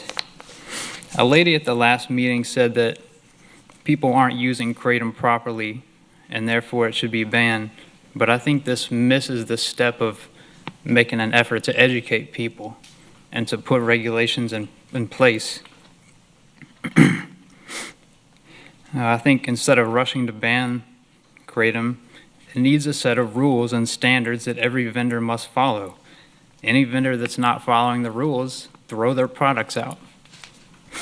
There are currently 40 companies who are illegally making false claims on their packages that have not been cracked down on, and with no regulations, they probably won't be cracked down on. These mystery products, I mean, they can have anything in them. And so there's no way people can know if they're getting pure Kratom if we don't put in the regulation. So please don't ban it. Thank you. Okay. Justin Landry.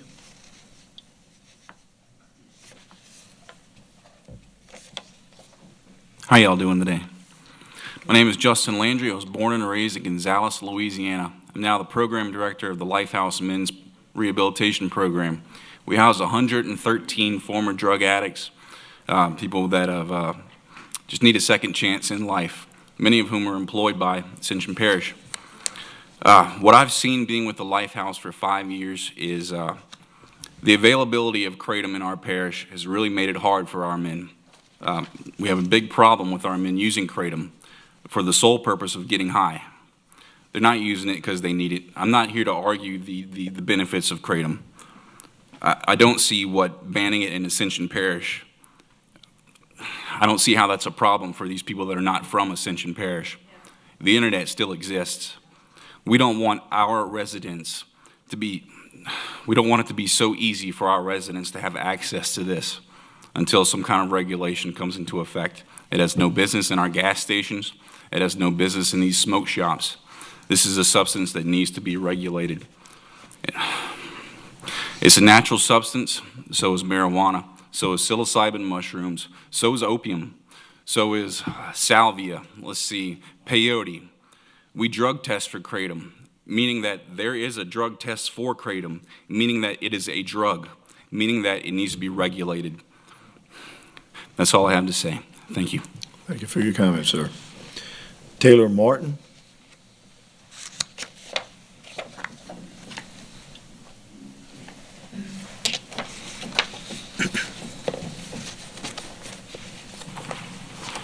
Good evening. Thank you for having me. I'm from Youngsville. As stated, I'm a mental health counselor from Youngsville, Lafayette area. You may view me as an outsider, but I serve people in your parish via telehealth. The rehab centers will benefit from people who go into Kratom withdrawal if Kratom is suddenly banned. Yes, Kratom can cause withdrawal symptoms in some users, like coffee. I'm not trying to deny the benefits of these rehab centers, but this is not the only way. Don't we as Louisianians want autonomy and freedom to choose how we take care of our physical health and mental health? These rehab centers and MAT clinics will give people Suboxone. Pharmaceutical companies will profit. These MAT substances will cause overdose if abused. It's on the label of the medication. Kratom will not. The science is there, whether we choose to listen or ignore it. Doctors who prescribe Suboxone prescribe Narcan in case of overdose. These substances will keep people hooked for a long time. I've talked to many of my clients who have been on Suboxone for over 9 years.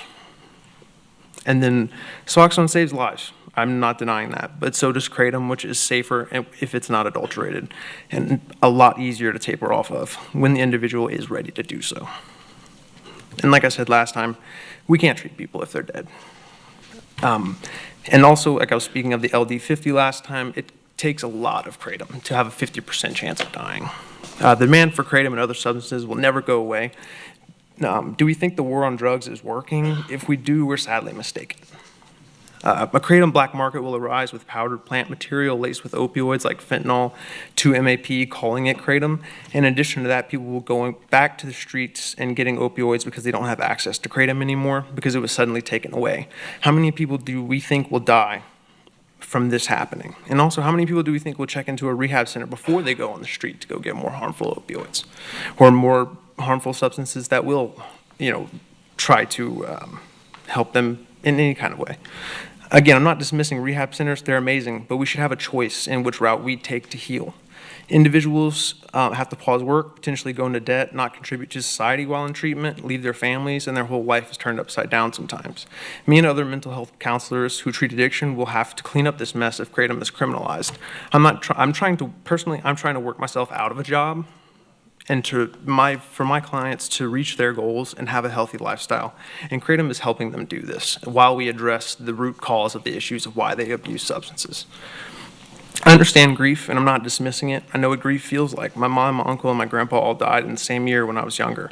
All I'm saying is that if we criminalize Kratom, many more people will be grieving because people will die without having this plant.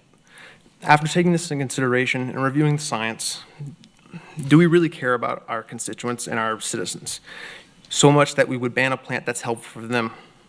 I urge you to adopt the Kratom Consumer Protection Act to ensure that there's labeling requirements. The problem is adulterated Kratom. Sir, your time is up. Sorry. Roy Domain.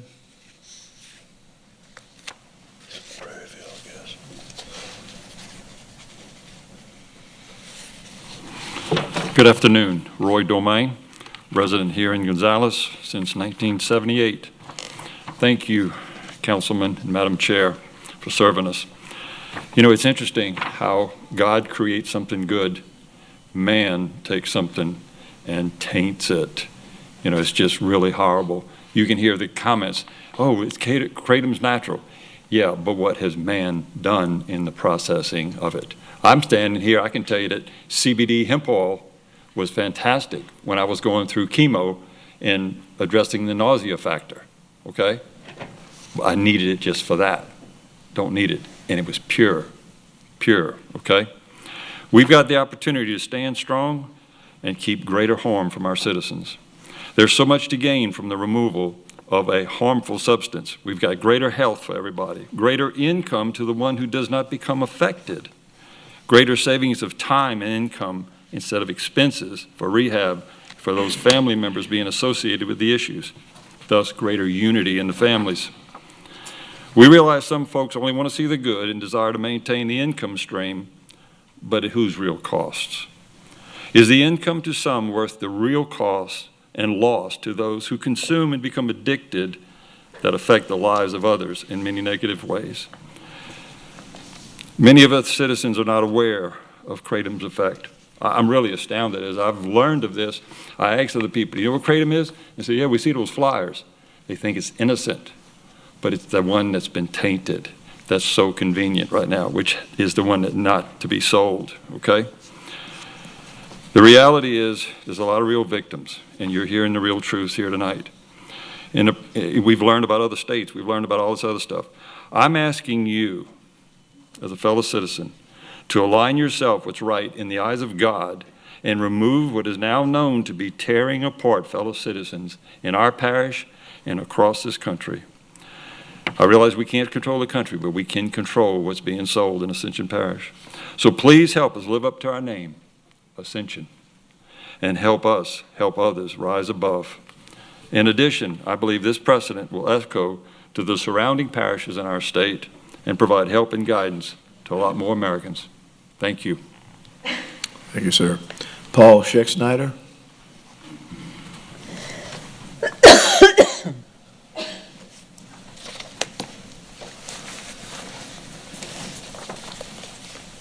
My name's Paul Scheck-Snyder. I'm from Livingston Parish, Denham Springs.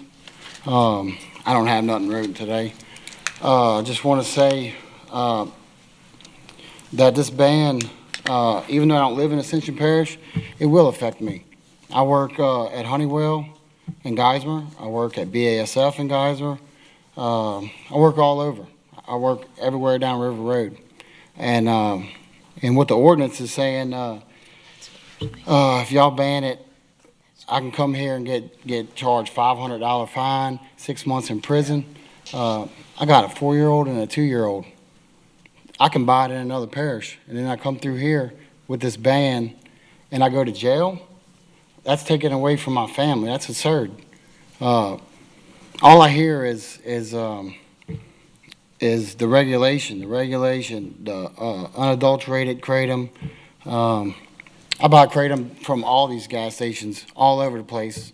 My parish, your parish, everywhere. I take hair follicle drug tests. I take random tests all the time. What I do is dangerous work in all these chemical and gas refineries. And I've never failed a drug test. I take Kratom for 3 years. Never failed one single drug test. I'm at Dow Plaquemine right now. Just had a hair follicle, a mouth swab, and a P test. Good to go. I think the main problem is people need to own up to their responsibilities. I've been in I got bullet holes, I got shrapnel from Afghanistan. I take it to help me with my pain. I take it with energy. I've been to rehabs. I've been to the VA, where the VA gave me a list of drugs this long that caused other problems. The one rehab that did work, and I'll tell you, it was the RU program in Rockford, Illinois. And it was a Christian-based rehab. And Jesus Christ is the one that saved my life and turned my life around. These rehab programs don't really care. It's money to them. My brother-in-law owns a rehab in another parish. He also owns a bar. He doesn't care about the suffering. All he cares about is the money. And it's the same way with all these people struggling now. They don't really care. It's money. I think just people need to own up to their responsibilities. If they're taking other stuff and trying to blame it on Kratom, that's a problem. You got to own up and admit that you have a problem and fix it, and allow God and Jesus to help you. That's all I got. Thank you. Thank you for your comments, sir. Casey Eskind.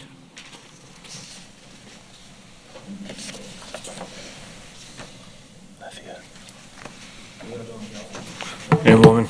My name's Casey Eskind. I'm 35 years old. I've been here all my life. I've recently moved to Lafayette. Where was I going to go with that? So I work with counselors in Lafayette right now. I'm a long-time opiate addict. It started, I was playing a championship game when I was in 7th grade against Central Middle. I tore my ACL, and that's when my opiates started. I got a taste of Percocets, and so I've been through every pandemic. Oxycontin, when they got taken off, Roxy's, heroin with fentanyl. About, I don't know, but 7 years ago, I went through a year-long rehab. Jesus Christ was the center of that rehab. I got out. I met a beautiful woman. I got married. I got plugged into a church. I finally had a trade. Somebody, blessed me with the chance to get on a trade. I learned how to pipe fit and weld. I really took into that, and a specialty company asked me to come weld for them and fit for them. This time I'm sober. Everything's good. I'm in church. My wife is happy. We're having a kid. We're working long hours. She has a kid. Postpartum depression hits. So I'm getting up in the middle of the night. So I go into a store to get something for energy, and it wasn't labeled as Kratom or anything that was harmful. I didn't know about it at the time. So in doing that, it destroyed my family. I'm for the band. It is what it is, but regulations, it needs to happen. People need to know about this stuff. I will read from my ex-wife, and I have 3 people in the audience that watched me go through this. It was terrible. For everyone above saying this is false, I strongly disagree. I watched my ex-husband who lost everything, including his family, because of Kratom. When he was on Kratom, he had the same effects as someone on heroin.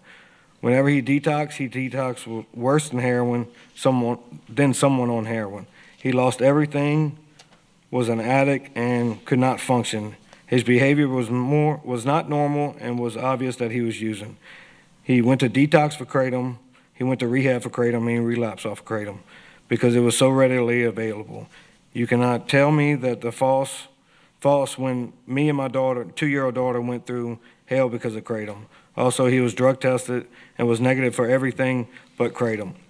Those things are strongly to say he was on something else. Kratom was just like heroin. From my experience, and when it was Oxycontin, I didn't know it was Kratom then. Viva Zen, I took it to detox off of Oxycontin. So that's how strong. Okay, sir, thank you. Todd Touye.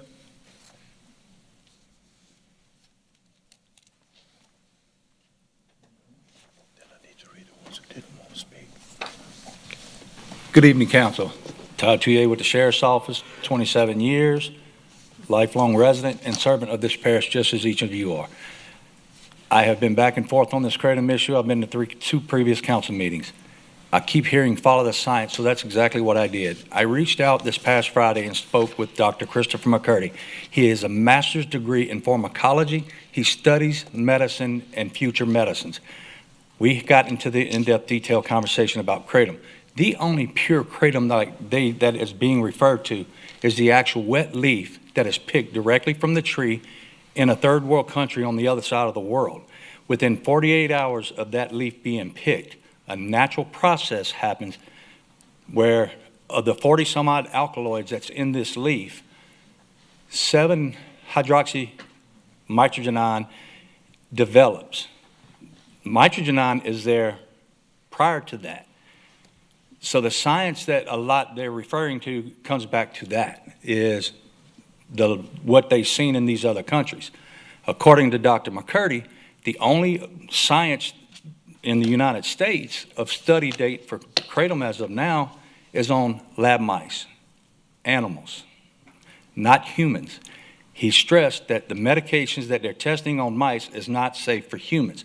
I discussed our issue with Kratom, with the unadulterated forms of Kratom. He agreed with me. I explained to him that until we can put proper regulation, and I agree with Mr. Haddow that we need proper regulation, until we can get proper regulation of Kratom, that we're not getting stuff, which a recent report from 2019, there was a mass salmonella outbreak in the United States, and it was all come back to a Kratom that was sent to us from a foreign third world country. We don't need another chance of a salmonella outbreak in this country, let alone this parish, okay? So to get a scientist or a doctor to come, a doctor can't speak about it because he can't prescribe it. It's against his ethics, okay? FDA will not allow that. The FDA has sent out 2 warning letters to companies publicizing for the claims that's being made today. That's against federal law, all right?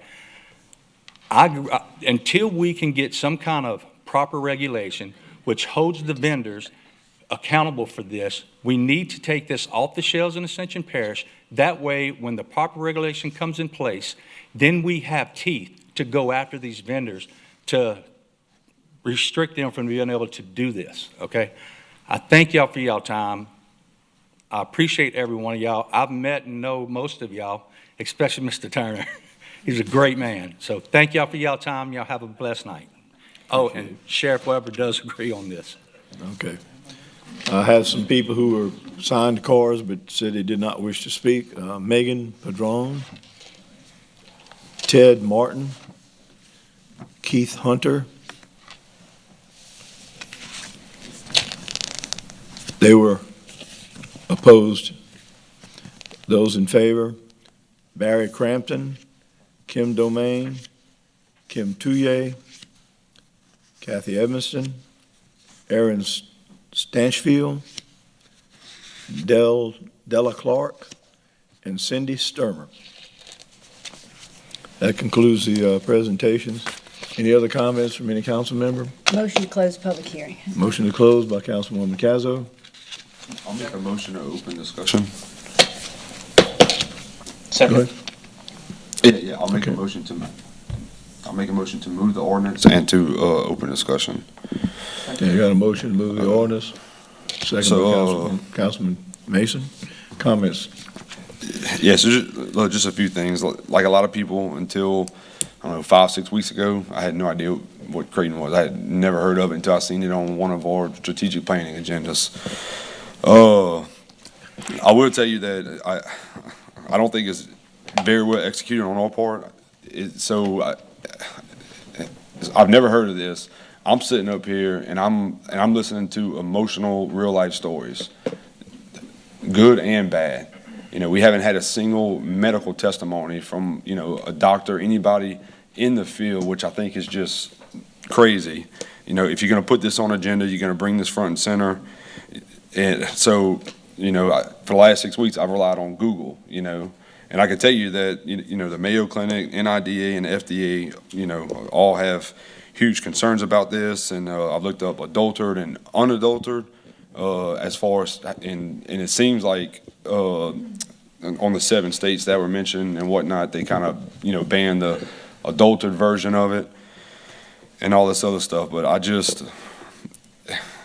don't know. I don't think it's responsible in any way for me to sit up here and make a decision on a substance when I haven't, you know, haven't talked to a professional. And look, I love me some Lifehouse. I'm a huge fan of what y'all do. So I take y'all's testimonies very serious. Also take the testimonies of the people who, you know, say this has helped save their life. So, you know, I'm sitting up here, whose life is more important based on what I've heard, you know, from emotion. So I'm gonna be honest, I feel like I should abstain because I should not be making this decision. But on the side of caution, I mean, it feels like we need to more or less be discussing regulations on it than just banning it. But I mean, so I don't know. I just wanted to put that out there because, I mean, everybody up here has gotten over 600 emails from people, you know, who live outside the state, and you know, it was a whole big thing, and it's been a big topic. Like I said, you know, 42 days ago, I had no idea what this was. I didn't even know it existed. So I just wanted to let y'all know how I'm feeling up here, and you know, and I don't know what the hell I'm supposed to do on this topic, and that's the God's honest truth. So I'm just putting that out there. Thank you. Thank you, Mr. Molson. I'm filling in for the chairman for a moment. Mr. Lawler. Wow, I'm going to echo a lot of what Councilman Melanson just said. Just a lack of knowledge. First of all, I don't think this is the proper forum for this. And what I mean by that is this should be the state acting. I'm very much a states' rights person. Maybe the federal government doesn't have to act on this, but I believe our state should be acting on this. We don't have the expertise to make this decision, in my opinion. We rely on Google and what people tell us, and it is very contradictory from what I'm hearing. You know, and also, like alcohol, it affects people differently. You know, Kratom may be good for some people, it may be bad for other people. It has different effects. And kind of like CBD oil. I heard somebody talk about CBD oil. Well, up until recently, that was totally illegal. Yet now we see it's used by a lot of people. It's very beneficial to a lot of people. But like anything else, I guarantee if you take too much of it and you abuse it, or if it's adulterated in some way, it's going to hurt you. So, I mean, there's a path forward on this. Mr. Schexnayder talked about personal accountability. That's what a lot of it comes down to. Because I heard people talk about their experiences or their relatives' experiences with it, but what I also heard is it wasn't just Kratom. They were hooked on heroin or other opioids or pills, and you know, it wasn't just this one thing. So sometimes it's that personal responsibility that comes down to it. The other part is then we're talking about interests here. Who has an interest? And yes, I think I could see definitely where some groups, some companies would have an interest in having this banned, making it illegal, making it something that can be treated for, then reimbursed by the Medicare and Medicaid. And, it's a financial interest there that we have to look at that. I think we're moving entirely too quickly on this without sufficient information.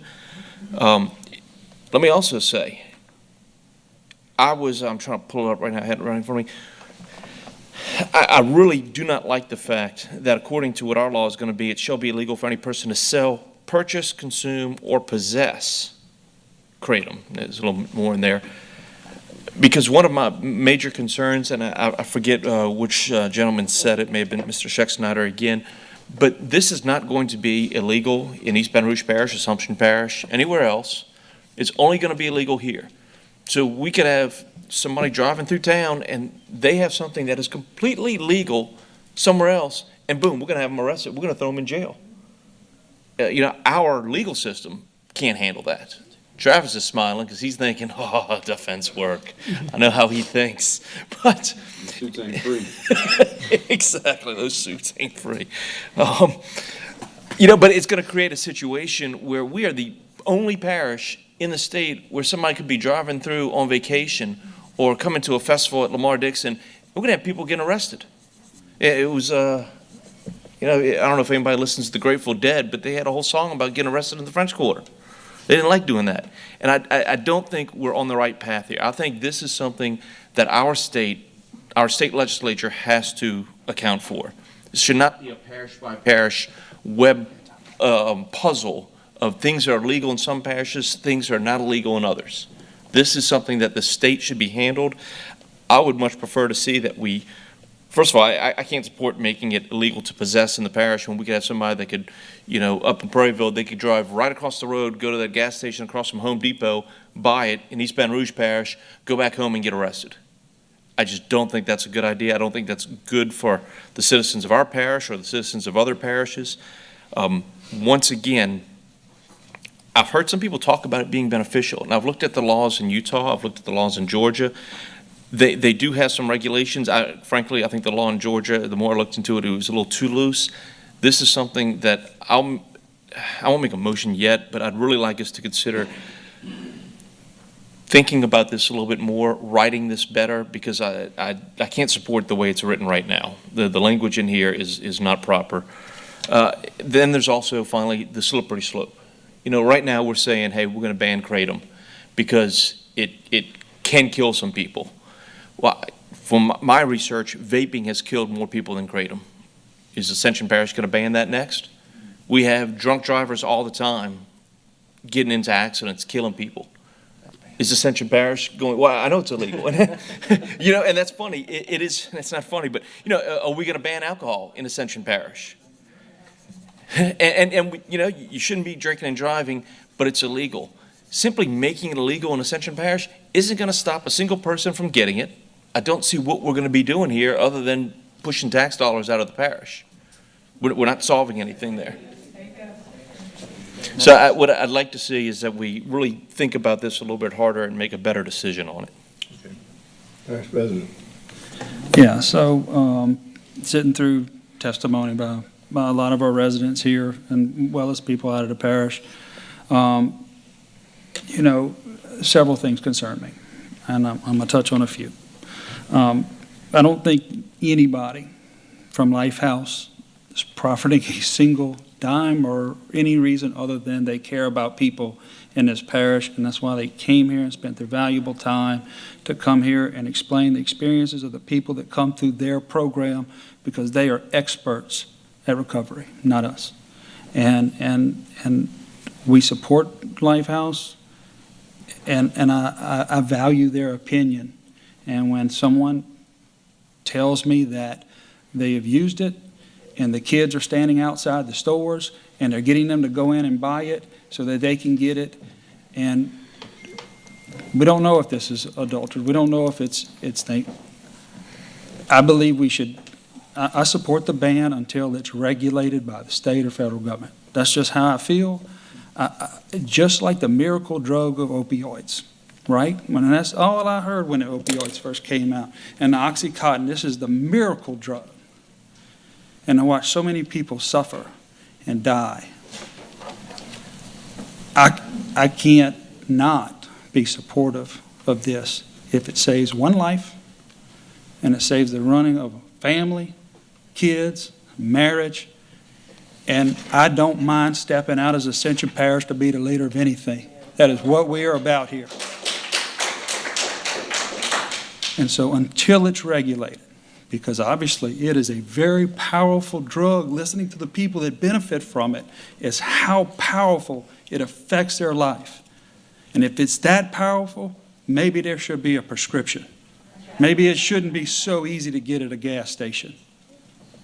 And I'm passionate about people and their health. This is one of our heavy initiatives here in Ascension Parish government. And I know the sheriff's department, when my sheriff supports the ban, that gets my attention. When I got local doctors, people that I trust, telling me, Clint, this is a problem in our parish. I mean, these are people we relied upon during COVID to tell us and direct us. And they're telling me that Kratom's a problem. And Clint, we support this ban. You better believe my ears perk up. And I'm gonna follow my sheriff's comments. I'm gonna follow the comments of Lifehouse. I'm gonna follow the comments of my doctors. And I'm gonna say, I wish this council would step up and let's be Ascension. Let's ascend and let's step up and be the first to ban Kratom. Thank you. Councilman Turner. Yes, I do kind of echo the statements made by Chase and Aaron, unfortunately Aaron. But you know, the law as it's written on here is suspect at best. I mean, because it's not even labeled as a Schedule 1, 2, 3, or 4 drug. It's just you have a $500 fine for the first offense, $1,000 for the second, $1,500 for the third, and a 6-month prison sentence maybe. If things don't go your way or you have a prior record. And to me, it's criminalizing it, and we're not even sure of the effects one way or the other. And basically, well, even as it go back for, we don't even know how we're going to schedule it as 1, 2, 3, or 4. So basically what you're telling me when I read this law is you get pulled over, the police, oh, I see Kratom in your car. Now I can search your car. If I have a pistol in my car or something else, now you're illegal possession of a firearm because you have a drug in your car. So now you have the misdemeanor charge plus a felony charge, and it's not just this $500 fine. So you have somebody sitting in jail that could lose their job the next day because they can't make the bond, or a bond is not set because they can't catch a judge.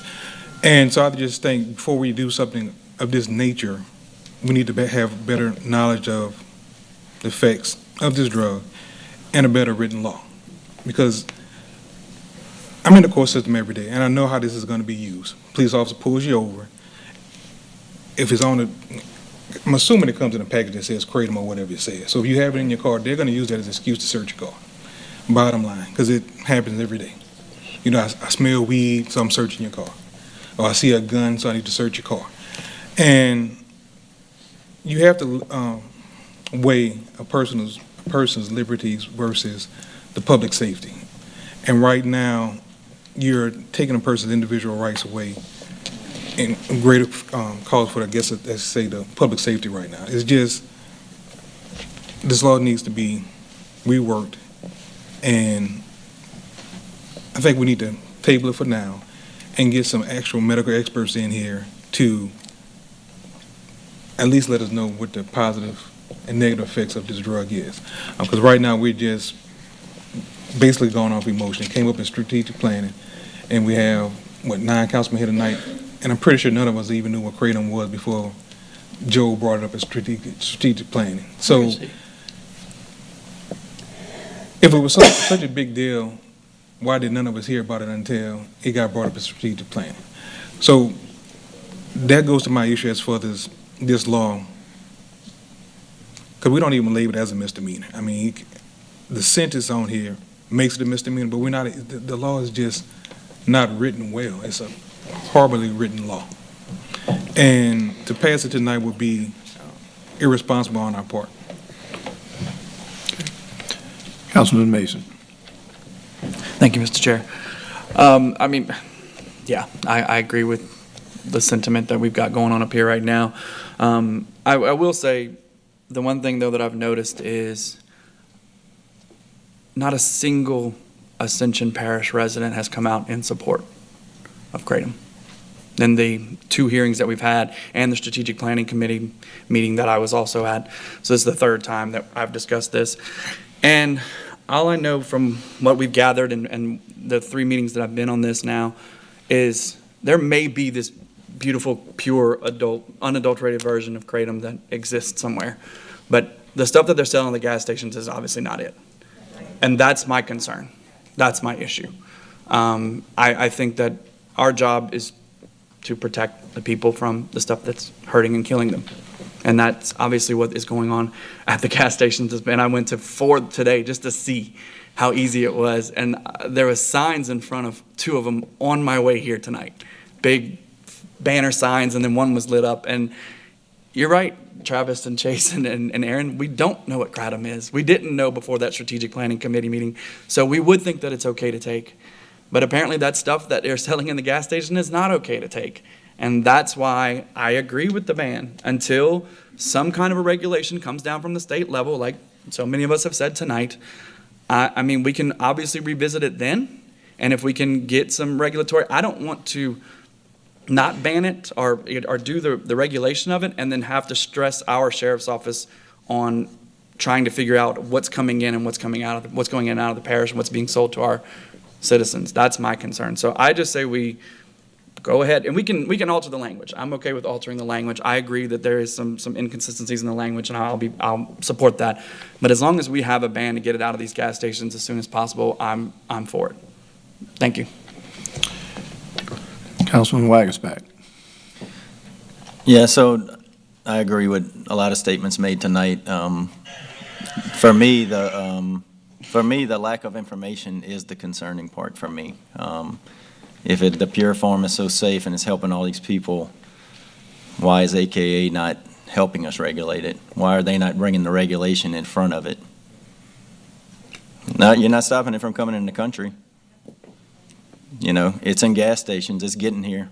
I mean, I do agree with Travis from the standpoint of, I know we had talked to the sheriff, it was not his intention to villainize people that had it or, possess it or consume it. They could get it from another parish. I would agree with Michael. I'd be willing to accept some changes to the sell, purchase, consume, or possess statement. But I'm like him, until we know more, I say we get it out of the stores. So I support it. Councilwoman Kazu. So I'm going to present a substitute motion, if Mr. Mawson will agree, that we simplify the language to a ban of the sale of this product in our parish, and that would be the simplest language I think that we can use. It's just a simple ban. As a citizen of this community, as a leader here, what I certainly want to see happen is some legislation come down from the state, from the federal government. We have a state representative in the building. I know that she is interested in bringing some legislation on the state level that would, and I know that other members of our delegation likewise believe that there should be some regulation on the state level. So I'm going to make that motion that we simplify this to simply a ban on the sale of this product. I'll second. Until such time that further standards and policies regulating the distribution of this product are brought to us from either the state or federal level. I'll withdraw my original motion and I'll back Ms. Casso.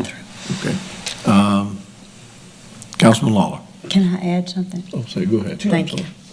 So I've heard several things tonight that I just have to comment on.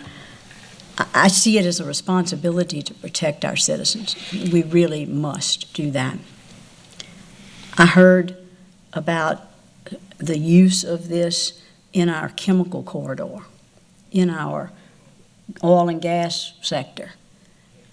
I mean, that is frightening to me.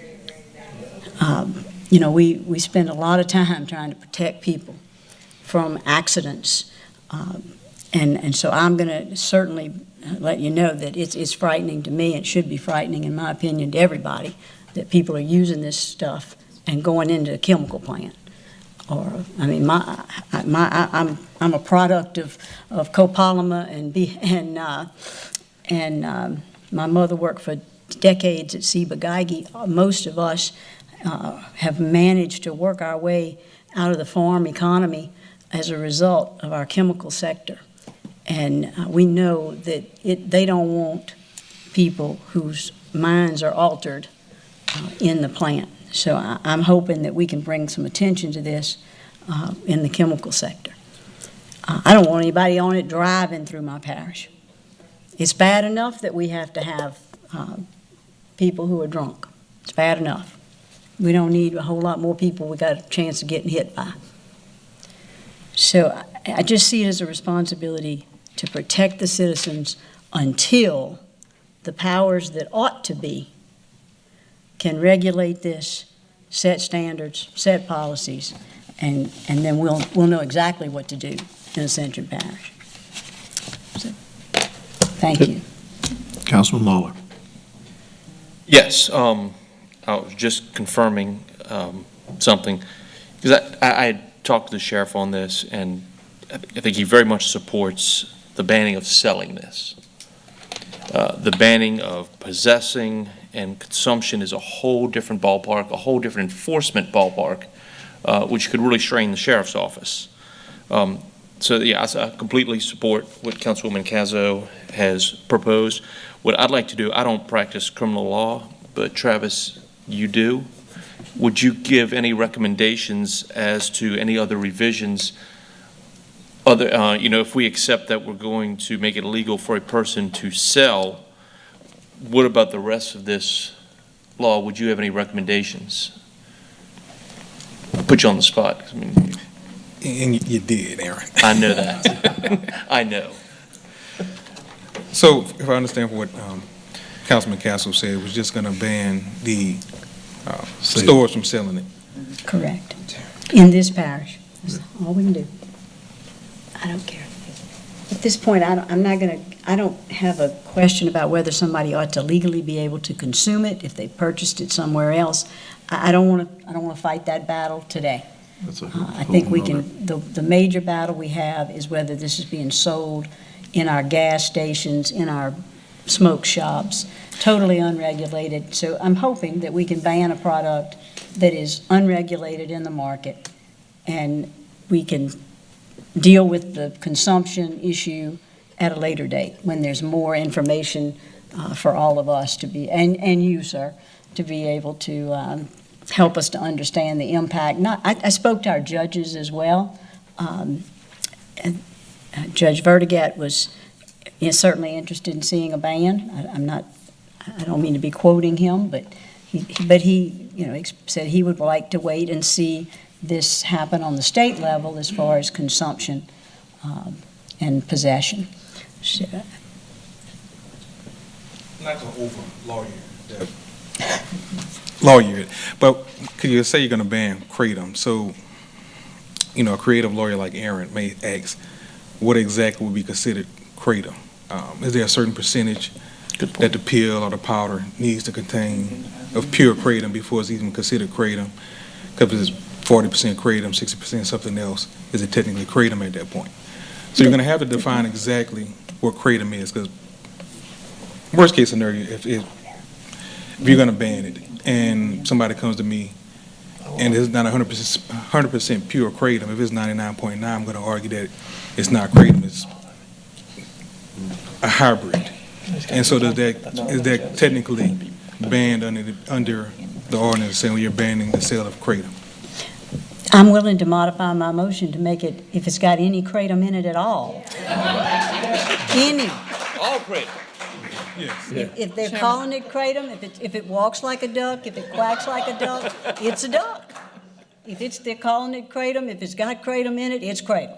I'm happy to modify my ban on any and all percentages, qualities, quantities of kratom is banned from sale in the parish of Ascension. Chairman Cagnolati, Councilwoman Casso, I'm sorry, but you have the language in front of you that we already introduced, and what you really need to do. I had a motion. So you need to amend this language that you have in front of you, so that Thank you. as far as the 1, 2, and 3 on the bottom, we don't know, you have to amend all of this language. Okay. So do we need to, is it easier to, I don't want to table. I don't want to table. This stuff needs to be gone from this parish. If you just eliminate the words purchase. Can we just eliminate the words purchase, consume, or possess, identify that any quantity of kratom is kratom, and have an amended motion, For the sale, yeah. amended ordinance? Will that work, Senator? So you're leaving the language on the bottom, the 1, 2, and 3 under the penalties? You want to leave that part? Sure. If they're going Okay. to sell it, they're going to pay for selling it. Okay, that's fine. Yeah. I'd like to add something, if I may, to it. Please, this is a discussion. Yeah, I looked at, well, what I'm thinking along Travis's lines, how the attorneys look for loopholes and things. If we call it kratom, we're banning kratom. I'd like to use the scientific term for it, and then also known as kratom. So the scientific term is Matrigina Whatever. speciosa Korth. Y'all may know it better than me. It's Mitragyna Speciosa Korth, Korth. I think if we do it that way, you know how drugs get, they have all kind of different names for marijuana now. You can't even keep track of all of them. So as long as we use the scientific term, and we can, also known as kratom. Good catch. Okay.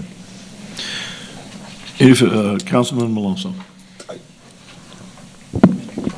Hey, I had one question for Travis, if you don't mind. Sure. Travis, your concern was with the if someone got pulled over and all that stuff. So eliminating, I'm sorry, Possession. Purchase, consume, and possess. Does that help alleviate? Yeah, because at that point, we're just saying they can't. Yeah. sell. Okay. Right. So we're not going after individual people. It's just we're going to stop our stores from stocking and selling. Yes. Yeah. Okay. All right. Okay, we got an amended motion. That's complicated. It's complicated, but Cinnamon, do y'all have all that? We're gonna say we're gonna make it illegal to sell kratom. Right. In any form, percentage or whatever, but we're gonna keep the penalties for the sale that are in Exhibit A, correct? We're keeping the language consume and possess. No. We're scratching that. Sales, for the sale of Only the kratom, sale. not consumption and possession. Mr. President. Chair, so after we get it all, if Kenneth could please reread the ordinance in full, so we know exactly what is being stated and vote on, if we would, please. Thank you. Okay. Kenneth, or? He's working on it. I'd like to make some comments, if I could. I agree with what Aaron said earlier. It's really something that came to us that should have been handled on the state or even federal level before it got to the local level. I mean, it's almost crazy that we're having to address this, but by the same token, it's here, it's in front of us, it was introduced to us. But banning the sale is the first step. But I personally will be in contact with my legislative delegation. Kathy, I'm sure, will help us any way she can. I will reach out to any agency that necessary, CDC, or go to the federal government. Go to Garrett Graves and go to Kennedy and Cassidy. I mean, we need a higher level, I think, than what we hear. So I think we're getting a start on it, and that's the best we can do for tonight. Any other comments? Travis? Your microphone was live, no? Okay.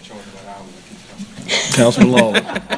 Councilman Lawler. What I'd like to see maybe at the next meeting that we introduce a resolution asking our state government to take action on this. That's exactly what I was going to recommend, but thank you. Okay, so Kenneth, are you ready to read the substitute motion ordinance? Or cinnamon? We still need clarity on those 4 words: sell, purchase, consume, If I may. or possess. Which ones do you want to keep? Sale. Well, in paragraph 1, So, we'd like to eliminate possession. On the 4th line, it says possession and consumption. We'll keep sale there. See that under purpose? yeah. That'll eliminate some confusion there. I think I would recommend you want me to read it. Okay? Go for it. And this is going to be Exhibit A to the ordinance. Article 8, forgive me because I'm going to butcher this word just like Aaron. Mitragina speciosa corth kratom, section 11-210, sale of the same Mitragina speciosa corth kratom. Purpose: the parish of Ascension does hereby declare that the use of kratom is a serious problem affecting the health and welfare of all citizens. The parish, pursuant to its police powers, does further declare and determine that all reasonable steps must be taken to prohibit the sale of kratom by citizens of Ascension Parish. The purpose of this section also is to provide for the enforcement of the ordinance from which this section was derived. B, violation: it shall be illegal for any person to sell kratom in the parish of Ascension. D, penalties: whoever violates the provisions of this section shall be fined not more than $500 or in prison for not more than 6 months or both. 2, whoever violates the provision of this section for a second offense shall be fined $1,000 or in prison for not more than 6 months or both. Whoever violates the provision of this section for a third subsequent offense shall be fined $1,500 or in prison for not more than 6 months or both. However, if the offender is a vendor, seller, or retailer licensed to do business in Ascension Parish, it shall forfeit and or have all business licenses revoked by the parish in addition to the above stated penalties. May I add one thing? 'Cause I realize we're listening to it again. First paragraph, last sentence. It currently reads, the parish, pursuant to its police powers, does further declare and determine that all reasonable steps should be and must be taken to prohibit. We have the sale, as it reads now, it says of kratom by citizens of Ascension Parish. We're not just banning citizens. We may have people outside the parish that are selling this. So I think it should read the sale of kratom in Ascension Parish. Good catch. In Ascension Parish. Good catch. Travis, you okay with that? Okay. Boy, it's hard to have all the lawyers. Okay, all right, before we move forward, does everybody understand what the amended ordinance will read like? Do we need any further discussion? I have a motion by Councilwoman Cazzo, second by Councilman Mason, to adopt the ordinance as amended. Is there any objection? There being none, that motion passes. Good job. Good job. Item M, reading of an ordinance to amend the Ascension Parish Code of Ordinances, Chapter 15, Parks and Recreation, to add Section 3, mobile food units, food trucks in Ascension Parish. Motion to open a public hearing. He's got to read it. He's got to read the ordinance. Oh, I'm sorry. Read the ordinance, Kenneth. I'm sorry. Ordinance to amend to Ascension Parish Code of Ordinances, Chapter 15, Parks and Recreation, to add Section 3, mobile food units, food trucks in Ascension Parish parks. Purpose: to amend the Ascension Parish Code of Ordinances, Chapter 15, Parks and Recreation, to add Section 3, mobile food units, food trucks in Ascension Parish parks. Whereas Ascension Parish is a local governmental subdivision as defined by Article 6, Section 44 of the Louisiana Constitution, 1974, and whereas Section 6-02 enactment of an ordinance permits the parish to make an amended ordinance as it may deem necessary and proper for good government, order, and protection of persons and property, and for the preservation of the public health, safety, and welfare of the parish and its inhabitants. And whereas the Ascension Parish Council wishes to amend Chapter 15, Parks and Recreation, to add Section 3, mobile food units, food trucks in Ascension Parish parks, now therefore be it ordained by the Ascension Parish Governing Authority that the Code of Ordinances of Ascension Parish, Chapter 15, Parks and Recreation, be amended to add Division 3, mobile food units, food trucks in Ascension Parish parks, as more fully described in Exhibit A attached here to and made a part hereof. Effective date: this ordinance shall be in full effect as permitted by law. The ordinance having been submitted to a vote, the vote thereon was as follows. Motion by Michael Mason to open public hearing, second by Chase. Motion to close by Michael. Motion to move the ordinance. Second by Chase. Motion by Aaron to move the ordinance. Second by Michael. Any further discussion? Any objection? There being none, the motion carries. Okay.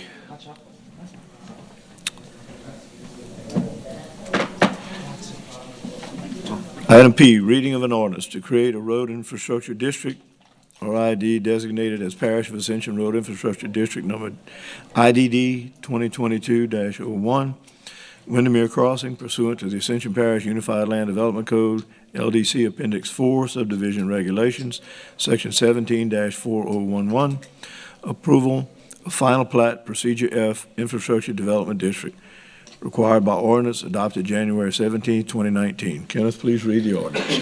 Purpose, to create a road infrastructure district, RID, designated as Parish of Ascension Road Infrastructure District, number IDD-2022-01, pursuant to Ascension Parish Unified Land Development Code, LDC Appendix 4, Subdivision Regulations, Section 17-4011, approval of final plat, Procedure F, Infrastructure Development District, whereas Ascension Parish is a local governmental subdivision as defined by the Article 6, Section 44 of the Louisiana Constitution, 1974, and whereas the Parish of Ascension is the governing and responsible body over subdivisions, and whereas Article 6 of the Home Rule Charter of Ascension Parish adopted May 4, 1993 identifies the process and manner in which to adopt ordinances regulating the lands of this parish, and now therefore be it ordained by the Ascension Parish Governing Authority that a road infrastructure district designated as Ascension Road Infrastructure number IDD-2022-01 be created pursuant to the Unified Land Development Code, LDC of the Ascension Parish, Louisiana, Appendix 4, Subdivision Regulations, Section 17-4011, approval of final plat, Procedure F,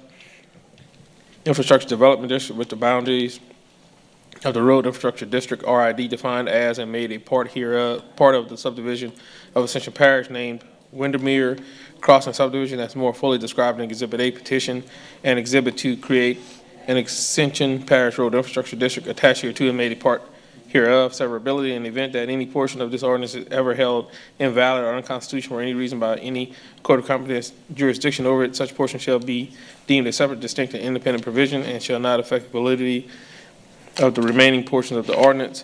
Effective date, the ordinance shall be in full effect as permitted by law. The ordinance having been submitted to a vote, the vote thereon was as follows. Motion by Michael Mason to open public hearing, second by Dow.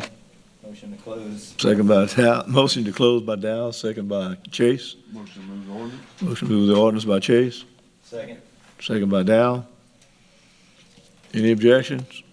There being none, motion carries. Okay. Item S, reading of an ordinance to create a road infrastructure district or ID designated as Parish of Ascension Road Infrastructure District number IDD 2022-02, Windsor Park pursuant to the Ascension Parish Unified Land Development Code, LDC, Appendix 4, Subdivision Regulations, Section 17-4011, approval of the final plat, Procedure F, Infrastructure Development District required by ordinance adopted January 17, 2019. Can I please read the ordinance?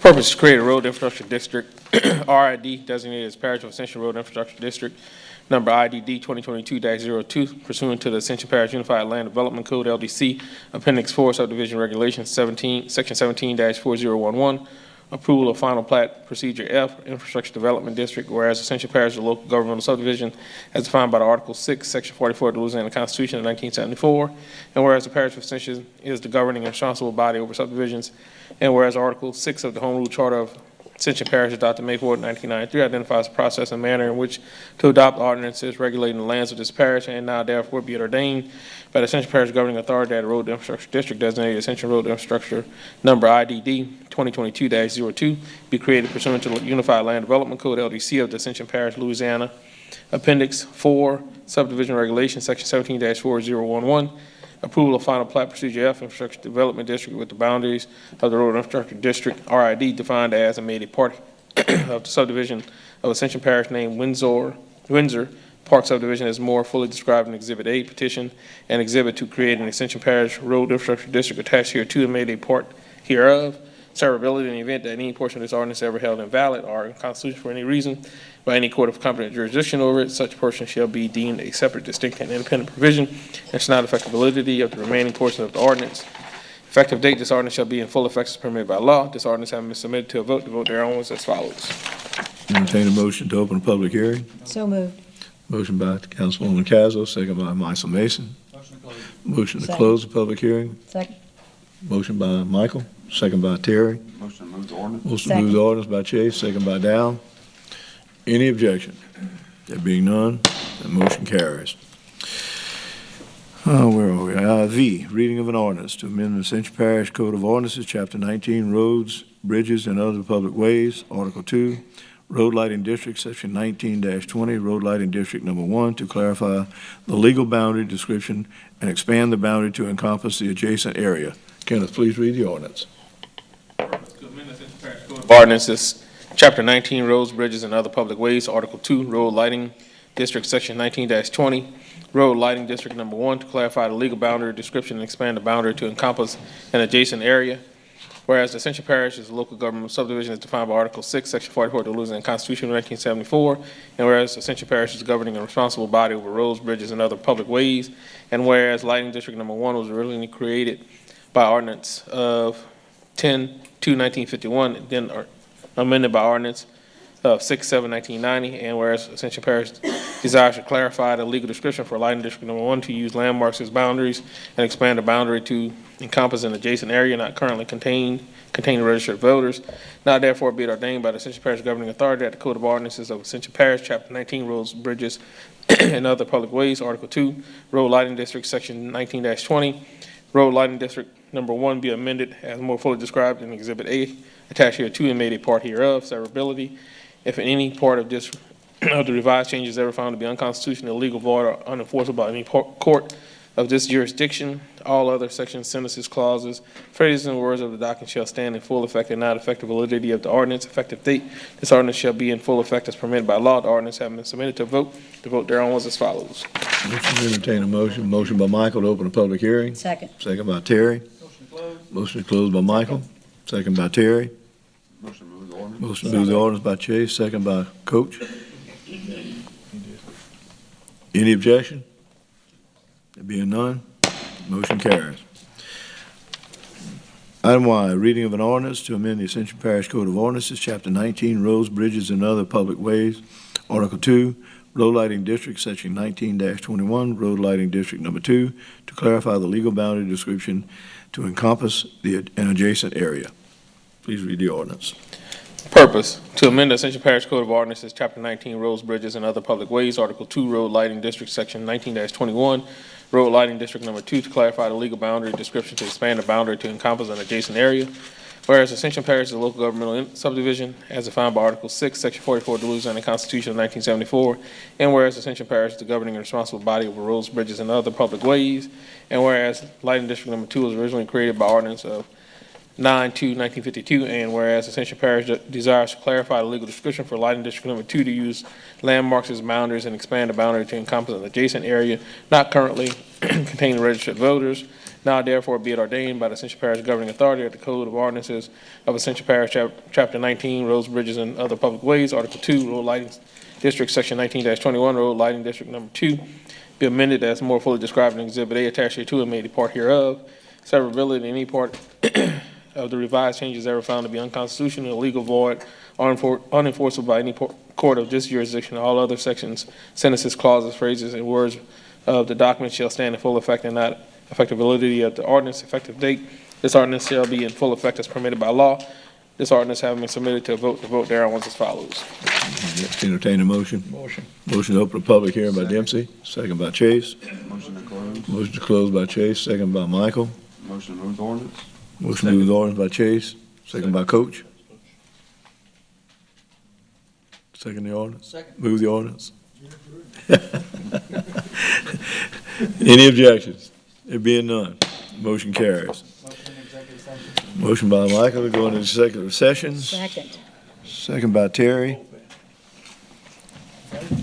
Y'all know I'm ready for this one. Vote. Roll call. Dempsey, Travis, we need a roll call. Oh, roll call vote. It can't be? I did call for roll call. We all voted. Okay, everybody voted now.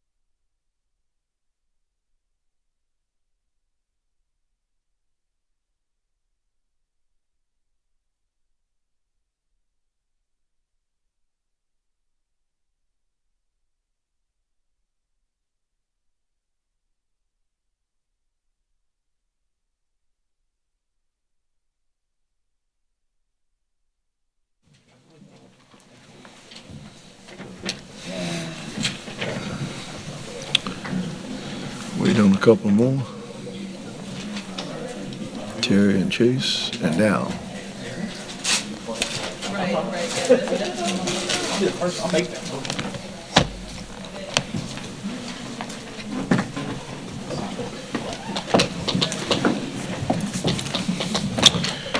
Okay. Chair will entertain a motion to reconvene. Motion to reconvene. Motion by Aaron, second by Terry. Chair. Mr. Chairman, I'd like to make a motion that the council join the sheriff and the district attorney in joining the establishment on Pookie Lane so that it can become more safe for the citizens of our parish. I'll second that. Motion by Terry, second by Aaron. Any objections? Any further discussion? There being none, motion carried. Motion to adjourn by Chase, second by Dow. We are adjourned.